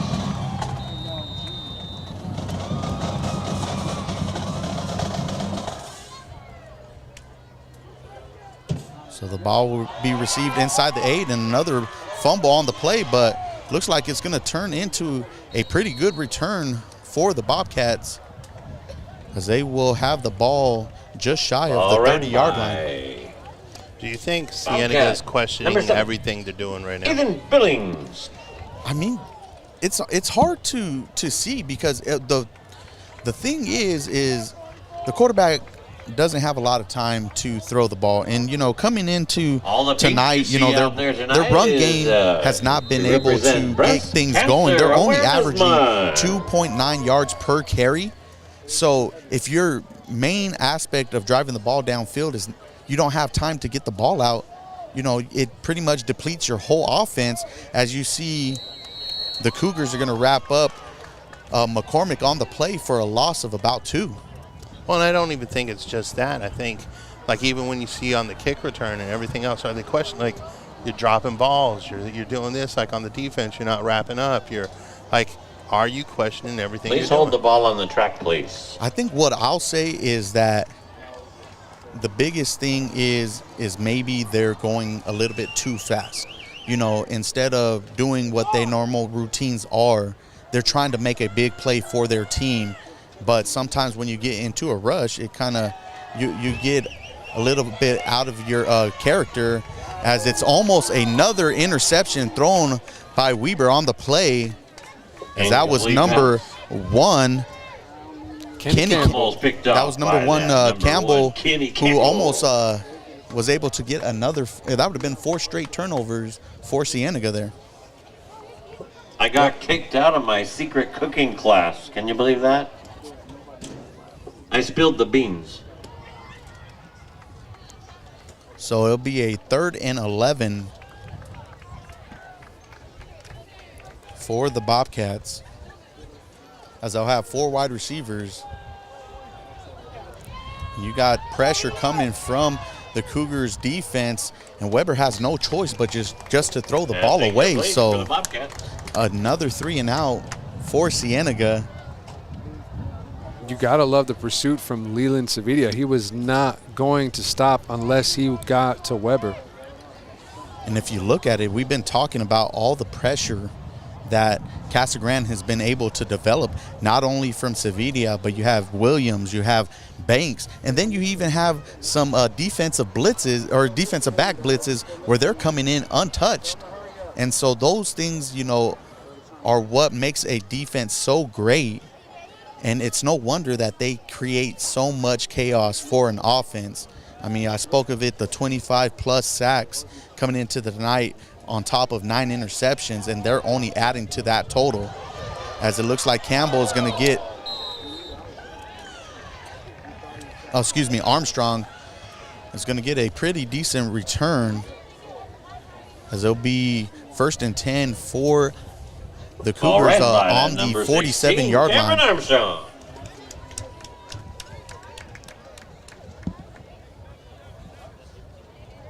So coming in to tonight, Chris, did you expect to see how powerful not only Casa Grande's offense is, but how good their defense has played? And it only makes you wonder just how good a team like Michael Mountain really is. Any pictures? See the guy with the hat on down there with the camera. It's He's crazy on the other to me. side there. All his pictures I expected wonderful. a decent game. I mean, I leaned, and I said so. I leaned forward towards Casa Grande winning the region, like I've said. But I've leaned like I thought it was going to be. And rightfully so, it could have been with it's the turnovers, it's the little things that they haven't capitalized on the movements that they actually were doing well on. So for the first time, probably all night, you see Gant under center, where it looks like they're going to probably just try to eat the clock here. As now they're going to their power package with Nathan Long in the backfield. And he's going to get an opening, and he's going to be down the sideline as Long will take it to the end zone. 46-yard rush for Long. And that's his 2nd touchdown on the night. So the Cougars are not only doing it through the air, but on the ground as well. And this balanced attack is just kind of depleting that Cienega defense, as now the lead is 46-14. But we do have a player down on the play for Cienega, so we'll take a little break in the action. It might look like a cramp there, but we'll be back for an injury timeout. ScoreStream brings the excitement of high school sports directly to your phone and computer. Join our fan-driven network where you can score games, cheer with other fans, and share your favorite photos and videos from every game. Create epic highlights and help your favorite team be seen on local and national media. Become a super fan and have an incredible season with ScoreStream. Hey, you! We've got something new in the store. Well, not really in store. It's in your home, in your office, where you play, wherever you are. My point, son. We're here. You're there. Wherever that is. Tucson Appliance Company is your appliance concierge. Tell us what you want. We will find it and send you photos, texts, emails, even FaceTime you the appliance. Buy it and we will deliver it. We're your personal appliance shopper. Only at Tucson Appliance, where our low price is your priority. All right, so we are back from that injury timeout as number 75, Bryce Morehouse, for the Bobcats, was able to exit the field on his own power. But before that, Nathan Long with a 46-yard rush. And the holes that this offensive line is creating for Nathan has been amazing, as the kick is up and good. Extra point is the lead good. now is 47-14 Casa Grande. But it seems like Long is not even being touched. You know, there's not even a sniff of a person that's getting within reach of Long here tonight. And it's just so unfortunate for a team like Cienega, who was sitting at number 18 coming into tonight. And you got to know that this is probably going to hurt their playoff chances going forward.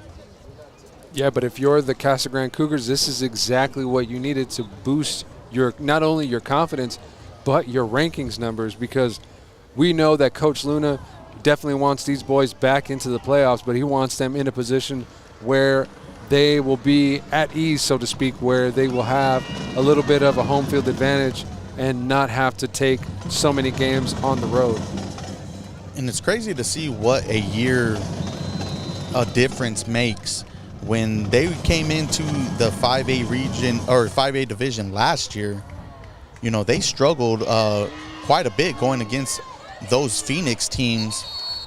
And then now this year, it seems like they're almost going in untouched. The only major loss would probably be to Micah Mountain, if you want to say, of any of their losses. I know the other one was against Corona del Sol, but you're playing a 6A team that is always in questions to possibly make a run in that open tournament.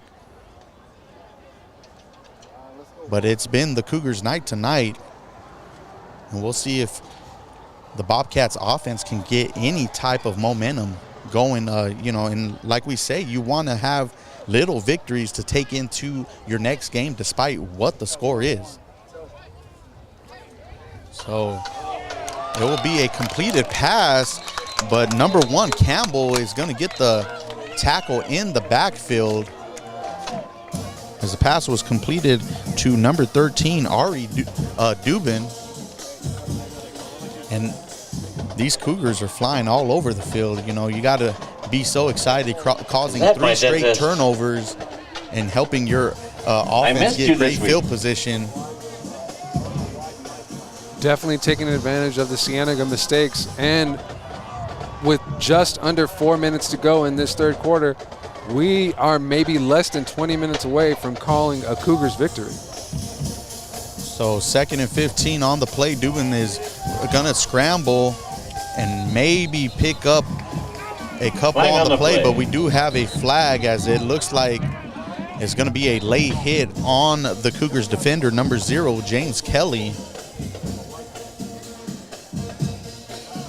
And if you look at the Cougars' defensive lineup right now, that front 4 that was giving Cienega so much trouble, they're no longer in the game. They're getting a little bit of rest with how big this lead is. So you're getting some players who are going to get some playing time that would normally be on the sideline.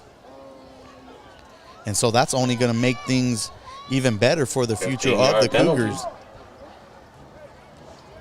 But that penalty will give Cienega a first down, and I'm interested to see just how much pressure this new front 4 for the Cougars can put on the Cienega offense. It's going to be a run for about 2 yards. Cheerleaders would like to thank all their sponsors. It's going to be a tackle by number 22, Deshaun Kelly. Casa Grande Oral Surgery, CGI Communications, EG's, Egan Eyes Photography, Ellison Mills Contracting, Epiphany Landscaping, and Fitzgibbons Law Offices. So 2nd and 8 for the Bobcats, as they'll have 4 wide receivers to the left in the empty set. And Weber's going to step up, and he's going to throw another interception. Intercepted by the Cougars. As that's number 17, Isaiah Gant. So 4 straight turnovers for Cienega's offense. That's an Elza. That's a number. Where did he go? And if you're the Isaiah Cougars, Gant, number you got to love 17, where you're at, intercepted. especially with having your second stringers not only getting some playing time, but also causing some chaos themselves. Yeah, if you're Coach Looney, you got to have a huge smile on your face to see Isaiah Gant pick up the interception and put the ball right in the hands of El Turnagant for them to basically round out this third quarter.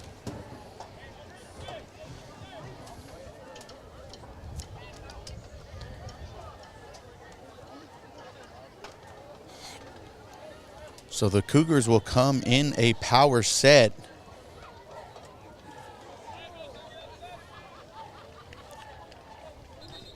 And it's going to be a false start. Looks like a Wildcat False formation start, there. Cougars.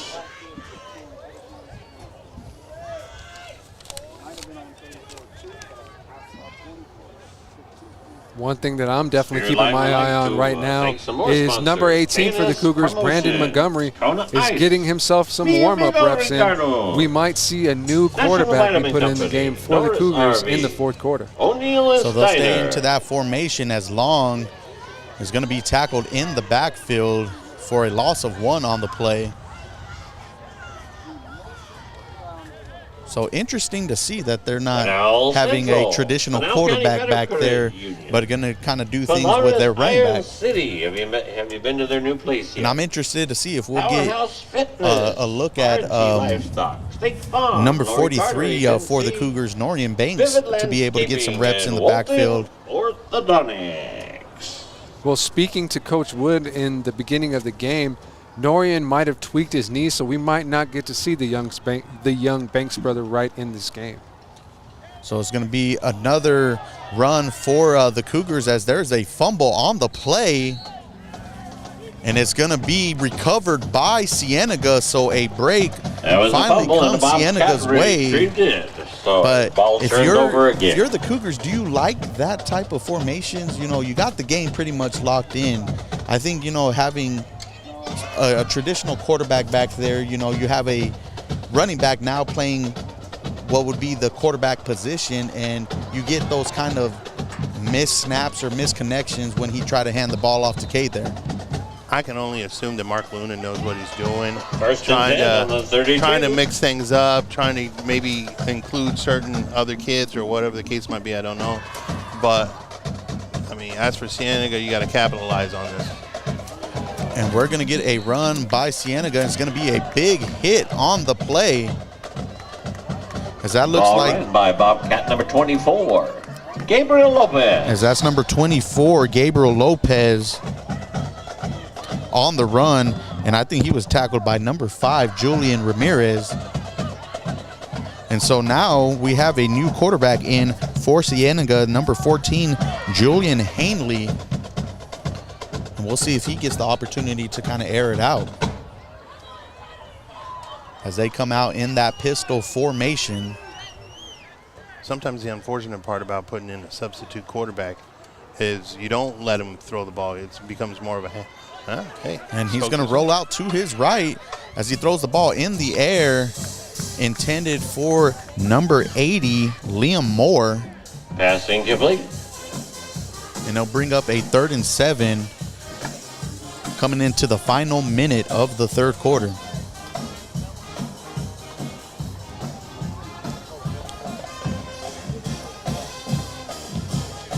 I'm just enjoying the band here tonight, you know, playing some good music. Every year they come out, and we did get to meet the band instructor for Casa Grande, you know, who was trying to help us get a little bit set up here early on before the game. Got to show mad love to the pride of Casa Grande. So 3rd and 7, we'll have a 4 wide receiver set with a man in motion. As it's going to be another pass and almost an interception by number 10, Derek Scott. That would have possibly been his second. as the intended receiver was number 19, Logan Welsh. So we'll see what the Bobcats decide to do here on this 4th down.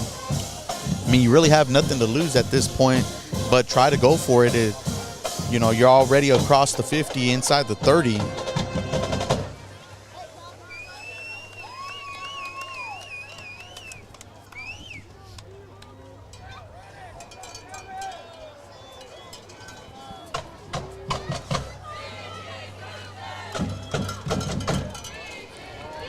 So quarterback will drop back and throw the ball downfield, but we do get a flag on the play, which might be in the area of holding on the defense.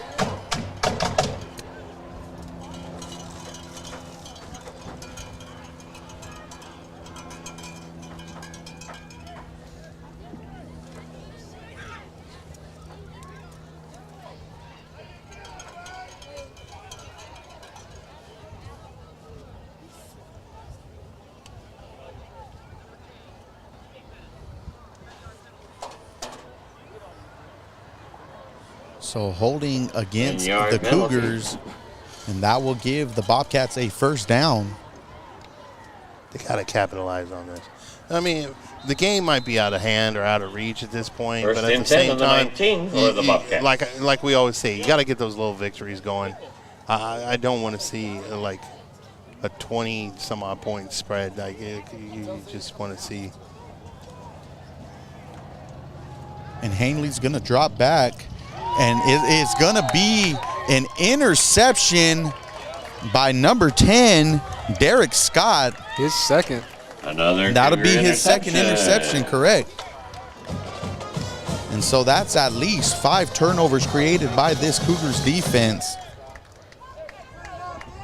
That was number 10, Derek Scott. Some team stats are going to look good next week.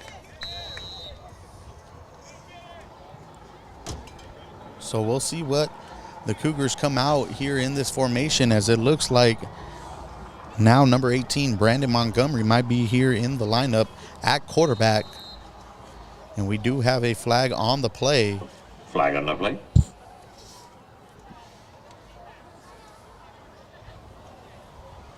As it's going to be an offsides against Cienega.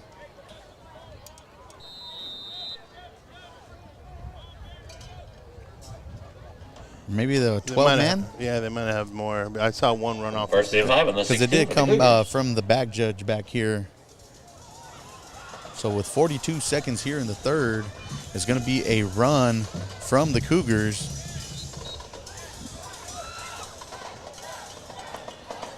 Excuse me, it'll be number 6, Luke Keaton, who's going to be in at running back, or quarterback. So a whole new lineup here for the Cougars offense. And we'll see if they want to get a playoff before the end of this 3rd quarter.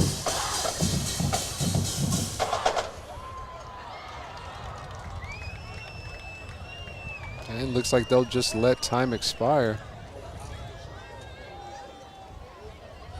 And so that will do it for the 3rd quarter, where the Casa Grande Cougars lead the Cienega Bobcats 47-14. We will take another commercial break and be back for the start of the 4th quarter. Feeling hungry, Emory? ScoreStream brings the excitement of high school sports directly to your phone and computer. Join our fan-driven network, where you can score games, cheer with other fans, and share your favorite photos and videos from every game. Create epic highlights and help your favorite team be seen on local and national media.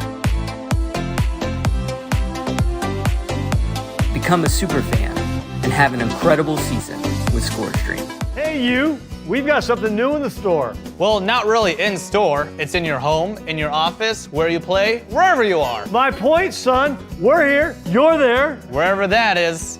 Tucson Appliance Company is your appliance concierge. Tell us what you want. We will find it and send you photos, texts, emails, even FaceTime you the appliance. Buy it and we will deliver it. We're your personal appliance shopper. Only at Tucson Appliance, where our low price is your priority. And we are back for the start of the 4th quarter. out here at Al Van Hazel Stadium, where the Cougars lead the Bobcats 47-14. And it's just been those turnovers that the Cougars have created here in the second half, as I believe it's 5 straight turnovers for the Bobcats. And we'll see a new quarterback in for the Cougars, as it's number 6, Luke Keaton. And it's going to be another run from the Cougars, as it looks like it may be a gain of 1 on the play.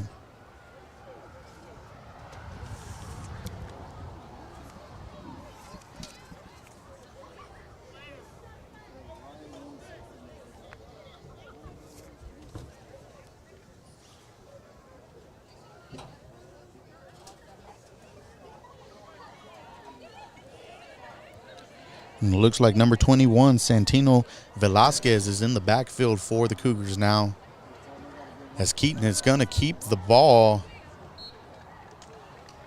maybe make it back to the line of scrimmage. Number 6, Luke Keaton.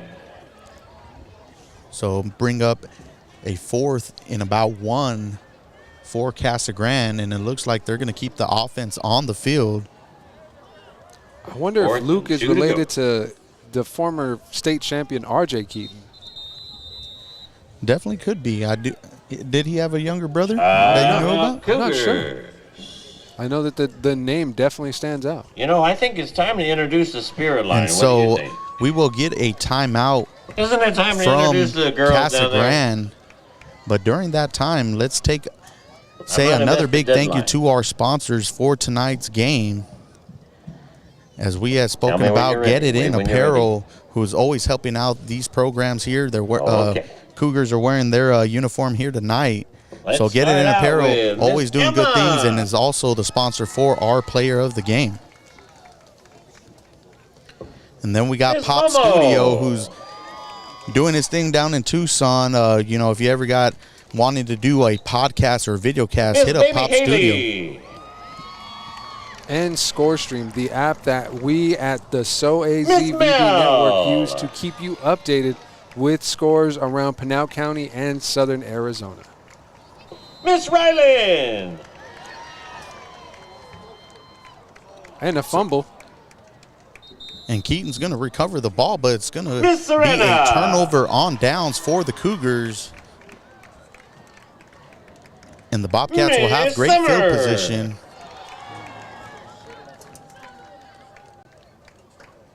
Miss Amaya.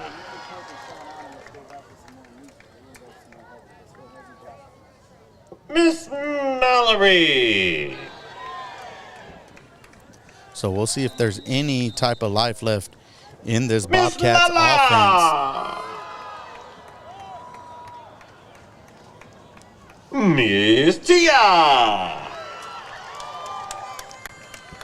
We hope you guys have been enjoying this broadcast here tonight, as I think this is our 10th game that we've gotten to broadcast this season, so we are definitely fortunate enough. Can't thank all these communities and schools for helping us out and getting a new visual on high school football here in Pinal County in southern Arizona, as the Bobcats are going to pick up a gain of 3 on the play.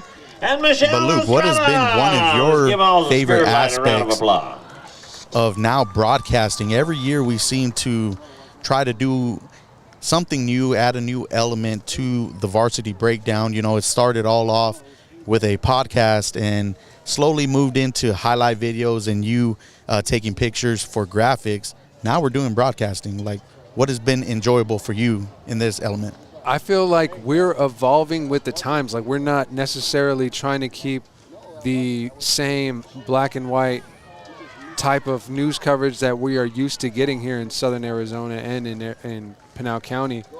I'm very proud of the work that we're doing, and then getting to talk to members of the community around us and hearing their opinions of our impact to not only Pinal County, but to Arizona as a whole. It definitely gives you a big sense of pride. And James Garcia is going to run the ball down to the 1-yard line. So we'll see if the Bobcats can answer. And another handoff as now Cienega is finally on the board here in the second half. Bobcat touchdown.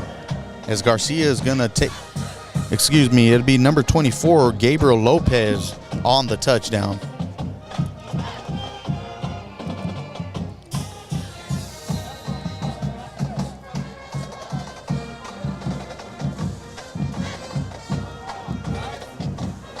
And that definitely has to build up your spirits if you are Cienega. You get a turnover on downs, the offense gets good field position, and now they're able to take that into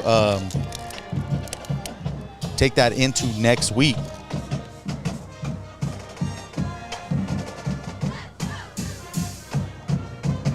And the kick is up, and it is good. So And now the extra point the is good score for the is Bobcats. Cougars 47, Bobcats 21 with 9:18 That was left the in the number ball game. 24, Bobcat touchdown, Gabriel Lopez. I haven't been disappointed with the special teams over at Cienega. They've been quite good.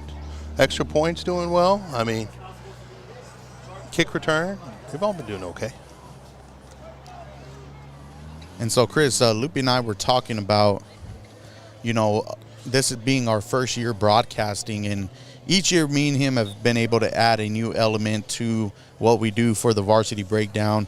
We started with the podcast and, evolved into doing highlight videos and such. What has been your favorite thing so far when it comes to broadcasting compared to, before you were usually just at the game, being able to watch it and interact with the families there?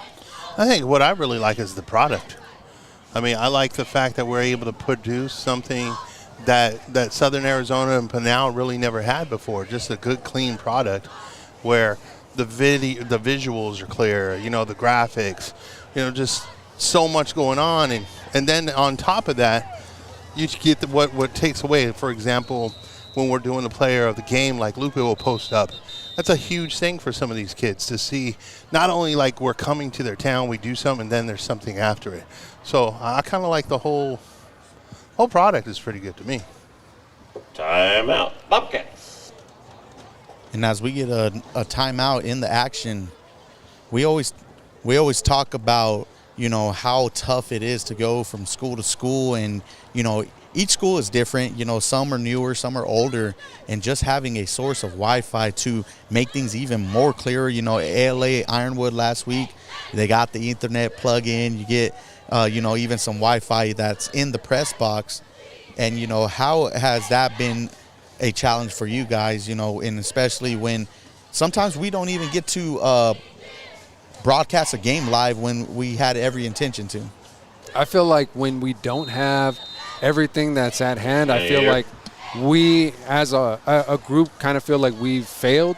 I mean, nonetheless, when we get to actually share the game and the event, we do get a notice, we do notice the difference in interaction of those games. So going forward, we just want to make sure that we have everything we need to produce a quality product, like Chris said, and make sure that you get a quality game from start to finish. And I think what you get too is that we're also helping the schools understand some of the things that are needed and required. I mean, it's a learning experience for all parties involved because we are doing something in a market that really doesn't get that. So now we're coming here, we're like, hey, look, we really need this. We want to make you look good. Like everybody wants to give a student, an athlete, all the tools to be the best them. That's no different here. And so number 16, Armstrong's going to get the handoff on the play.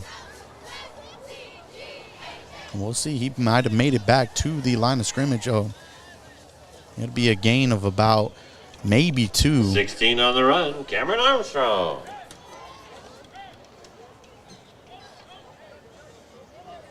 Let me ask you guys a question. What's been your favorite school to stream so far from? Oh, that's tough, bro.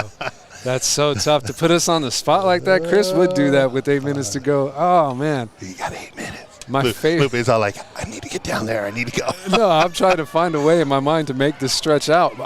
How about I do this? I give you my top 3 locations to stream, not in any specific order. Right. 1 for sure, Santan Foothills. Gotta love what the SaberCats are doing. Did you hear the down one there. about the cliffhanger? Number 2, ALA Ironwood, probably the best facility that we've seen so far and actually been able to broadcast a game from. And number 3, it's tough because if you want to go by environment and game itself, I feel like the Santa Cruz game we did was probably the more exciting game and more fun-filled environment to be in. Well, before I answer, we got Armstrong, who is going to get a big gain on the play, as he might have enough for a first down. Yes, he will. And so another first down for the Cougars. That's a Cougar first down. We've seen Armstrong Cameron returning Armstrong. kickoff and punts.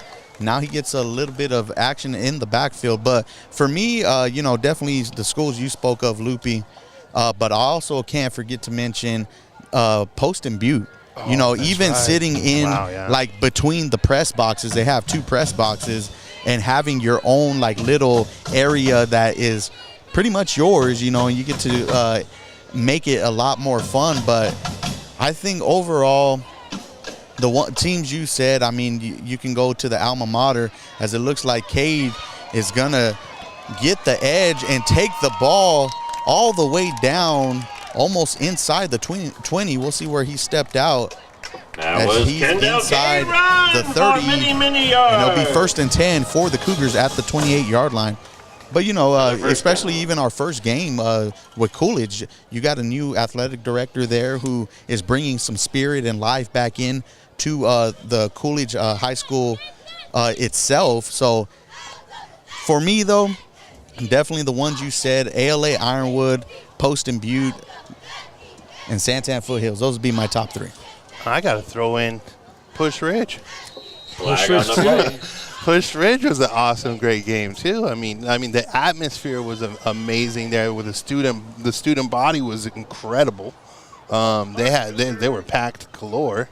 Like you said, I like the Santa Cruz Valley with the fireworks and everything else that they did. And what about the Great White Buffalo, the Marana Mountain View game? If game was, if we were able to live stream that, you're right. Just think about the excitement that we had when we were watching it. And that was when we were just recording. Yeah. And we got a timeout from Casa Grande, as they got a false start on that play, and it doesn't look like Coach Luna was happy about that. So they're going to get themselves together. But, yeah, it's been such a great time, this year. I know next week we got a little bit of a break in the action. Will be my final game 2 weeks from now with ALA Ironwood. After that, I'm kind of taking a little bit of a vacation with my family. So hopefully I'll be back for the start of 4A, 5A, and 6A playoff football. But you guys got to definitely keep me posted, because the 2A and 3As kick off while I'm down in Kansas, and I know I'm going to be tuning into some NFHS and try to watch some games there. And that's another thing we hope that we're able to add to our broadcasting, is to be able to call a playoff game with NFHS. And, for those who don't know, big apologies to the Douglas Rincon game, or a Rio Rico game that's coming up. Unfortunately, something did come up. We won't be able to go down and stream the game. It's a huge kind of blow. Obviously, we want to represent and see all the schools, but it is what it is, and we're just going to keep going on and try to do the best we can. So we do apologize to the community for not being able to make it out there. So it'll be 1st and 15 for the Cougars as they look to go in a unique style of offense. I'm going to have to ask Coach Luna what that one is. I'm pretty sure he will call it effective, as he is able to get past the original line of scrimmage. Ball ran by number 12, Damian Logan. And number 12, Damian Logan. So multiple wide receivers getting a little bit of touches here in the fourth quarter.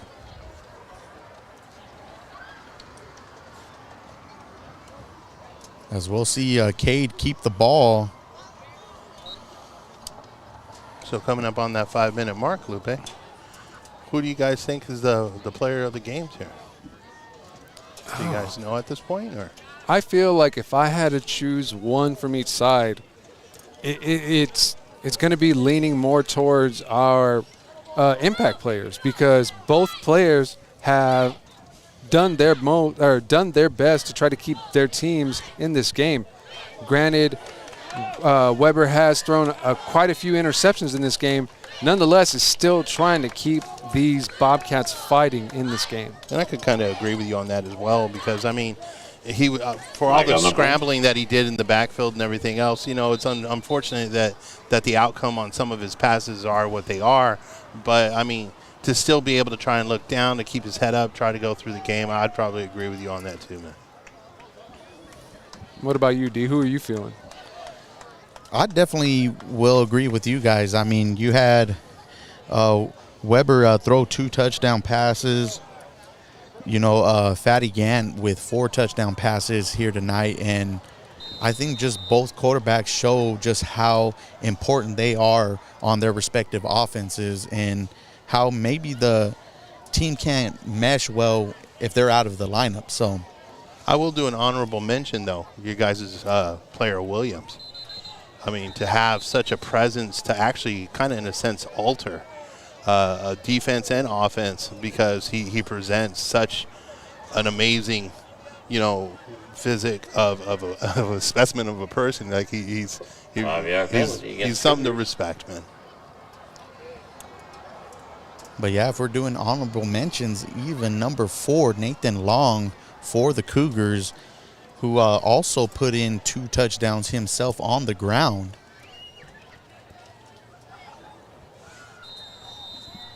So after the penalty, it'll be 1st and 12 for the Cougars,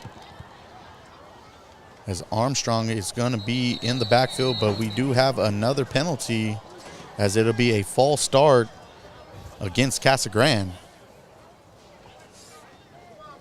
Another false start.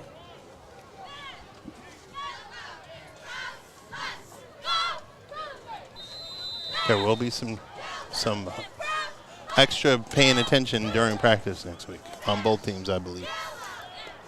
And so it's so interesting to see, like, players, you know, like Cade still in the lineup, who makes such a big impact, as Armstrong is going to get the ball up the middle, and that's going to be another touchdown for the Cougars, as now the lead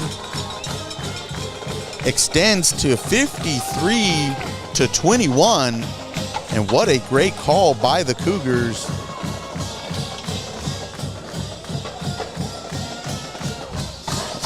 As they give Armstrong an opportunity to run the ball.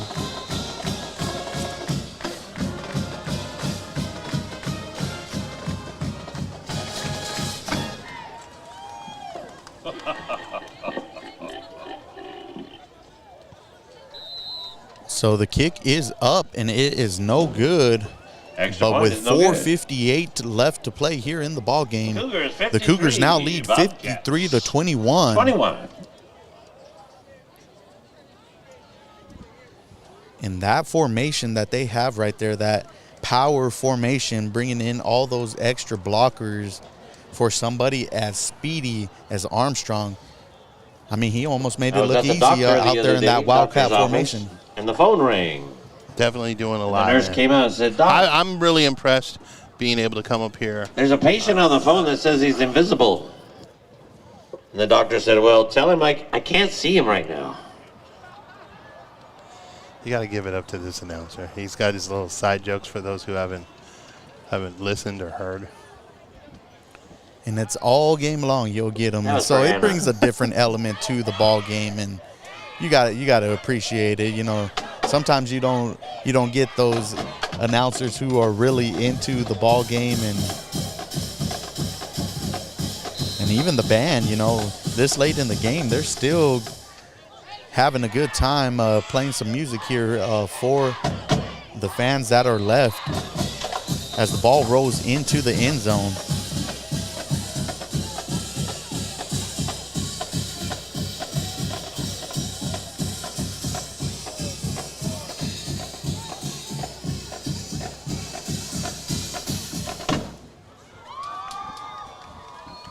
So we'll see what the Bobcats decide to do here with the remaining 5 minutes.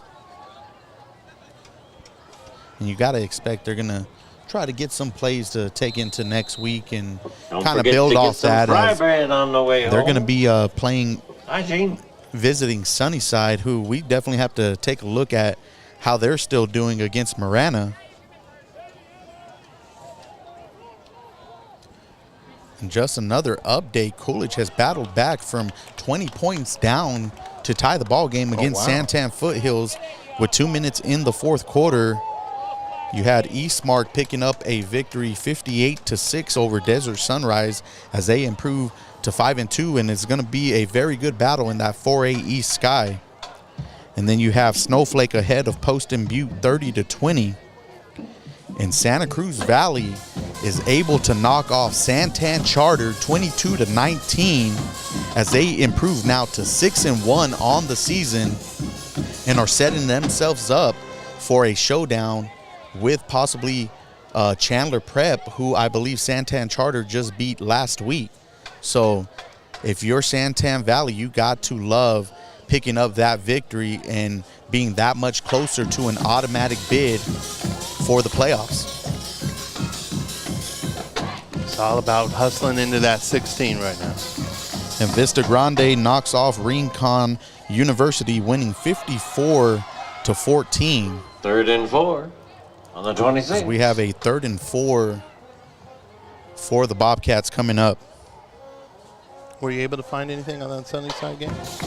So Marana defeats Sunnyside 6-0 is the final. So very close ball game there, very defensive minded there. I got a little knowledge here. Last year, actually, I believe it was, Marana played, or actually Sunnyside played Marana really well as well. It's almost like Sunnyside knows how to slow Marana down to a point where it's a crawl game. Not the most exciting game to watch, but I mean it's a very crawling kind of like. And that's what we've seen the kind of like the last 2 years between Vista Grande and Pueblo. You know, both of those teams definitely play each other well. Yeah, and you just sit there sometimes. It's funny because some teams just have some teams' numbers or know how to slow them down, or they can make a game out of something. So it looks like Cienega will punt the ball with 3:20 in the fourth. And Casa Grande will just let the ball bounce as they don't have a returner back, and it'll be down at the 39-yard line. So a little bit more score updates around Southern Arizona. Buena knocks off Desert View 36-14, improving to 6-1 on the season. Nice. Then you have Ironwood Ridge, who's up on Tucson 37-22. So if Ironwood Ridge holds on, they'll improve to 6-1, and those are two teams battling out here in that 5A division. As you had Maricopa pick up their third victory on the season, shutting out Nogales 41-0. How does Maricopa got to be feeling this year? Oh, man, 3 wins this year, and I believe they had a combined 2 wins over the last couple of seasons. I know last year they went 0-10, so already with 3 victories, 6 games in, you got to feel on a high and definitely excited for what is to come out there in Maricopa, as you have the Cougars who are going to pick up 9 on the play, as that's number 23, Dedrick Gully. But yeah, those programs who have had some changes come, you know, another one out there with you is Catalina, not Foothills, but Catalina, who's picked up some victories this year, which was a surprise. Well, and like, ran by 21, Santino Velasquez. And I think it's just like what we talked about preseason. These regions and these schedules are set up to favor these teams and actually help build, which is a positive movement that's going on with the AIA. I know a lot of people are like, the AIA doesn't, whatever. I see a lot of good things happening. And so number 24, Velasquez is going to pick up a huge gain on the play, as it looks like a gain of about 30. Bobcat down. Let's check him out. Maybe close to 40, but we do have a player down for the Bobcats, as that was number 24, Velasquez, on the run.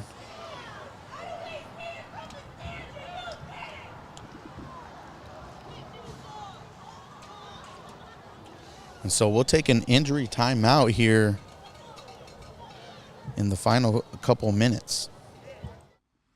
ScoreStream brings the excitement of high school sports directly to your phone and computer.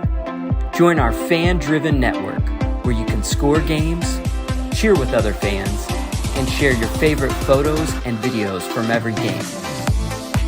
Create epic highlights and help your favorite team be seen on local and national media. Become a super fan and have an incredible season with ScoreStream. Yo, Griego. And we are back here at Al Van Hazel Stadium after an injury timeout. Another good thing to see if you're watching football here tonight, seeing players, even though they pick up injuries, are able to get off the field on their own power. Never want to see a player be seriously injured, especially with two teams competing, and it's been a great game throughout, nothing chippy, nothing excessive. So even with the score the way it is, the hospitality between the two teams haven't gotten, to at least from what I've seen so far, anything to the point where, it could get ugly or anything like that. And it looks like the Cougars will start winding down the final 2 minutes, as they'll probably just take a few knees, and that will kind of wrap things up for us. But overall, gotta love what Coach Luna and Casa Grande has building here into the second half of the season, as they will improve to 5-2 and now 2-0 in that 5A Southern region. So, and as far as Cienega, definitely have a lot of questions, especially on that offense, of what you can do to get this team going and get over, that 20-point mark. I know coming in only averaging 19 points, it's definitely got to be tough, in a tall order to ask for your offense to kind of keep it going. So next week, where are we going to be? Oh, actually, that's right. Next week, we're not. We're going to be possibly at a game of the week. I don't know exactly where I will be. I know I do have my son's birthday coming up, so right. I know he wants to go and do something fun. But, I know you got a big game next week down in Southern Arizona, that 4A division between Micah Mountain and Canyon del Oro. There's going to be some good stuff. I mean, after that, though, we'll be over at ALA Ironwood. That's where I was trying to go. Against Santan Foothills, yeah. So as the clock winds down, that will do it for us here at Al Van Hazel Stadium, as the Casa Grande Cougars are going to pick up the victory over the Cienega Bobcats, 53-21. We want to thank you all for joining us here tonight, and we hope to catch you at our next broadcast down at ALA Ironwood, which they will take on the Santan Foothills Sabercats in a good little rivalry there. So once again, thank you all for joining us. This has been Chris Kidney, Lupe Ramirez, and Daniel Guevara from the SoAZVB Network. We'll see you next time.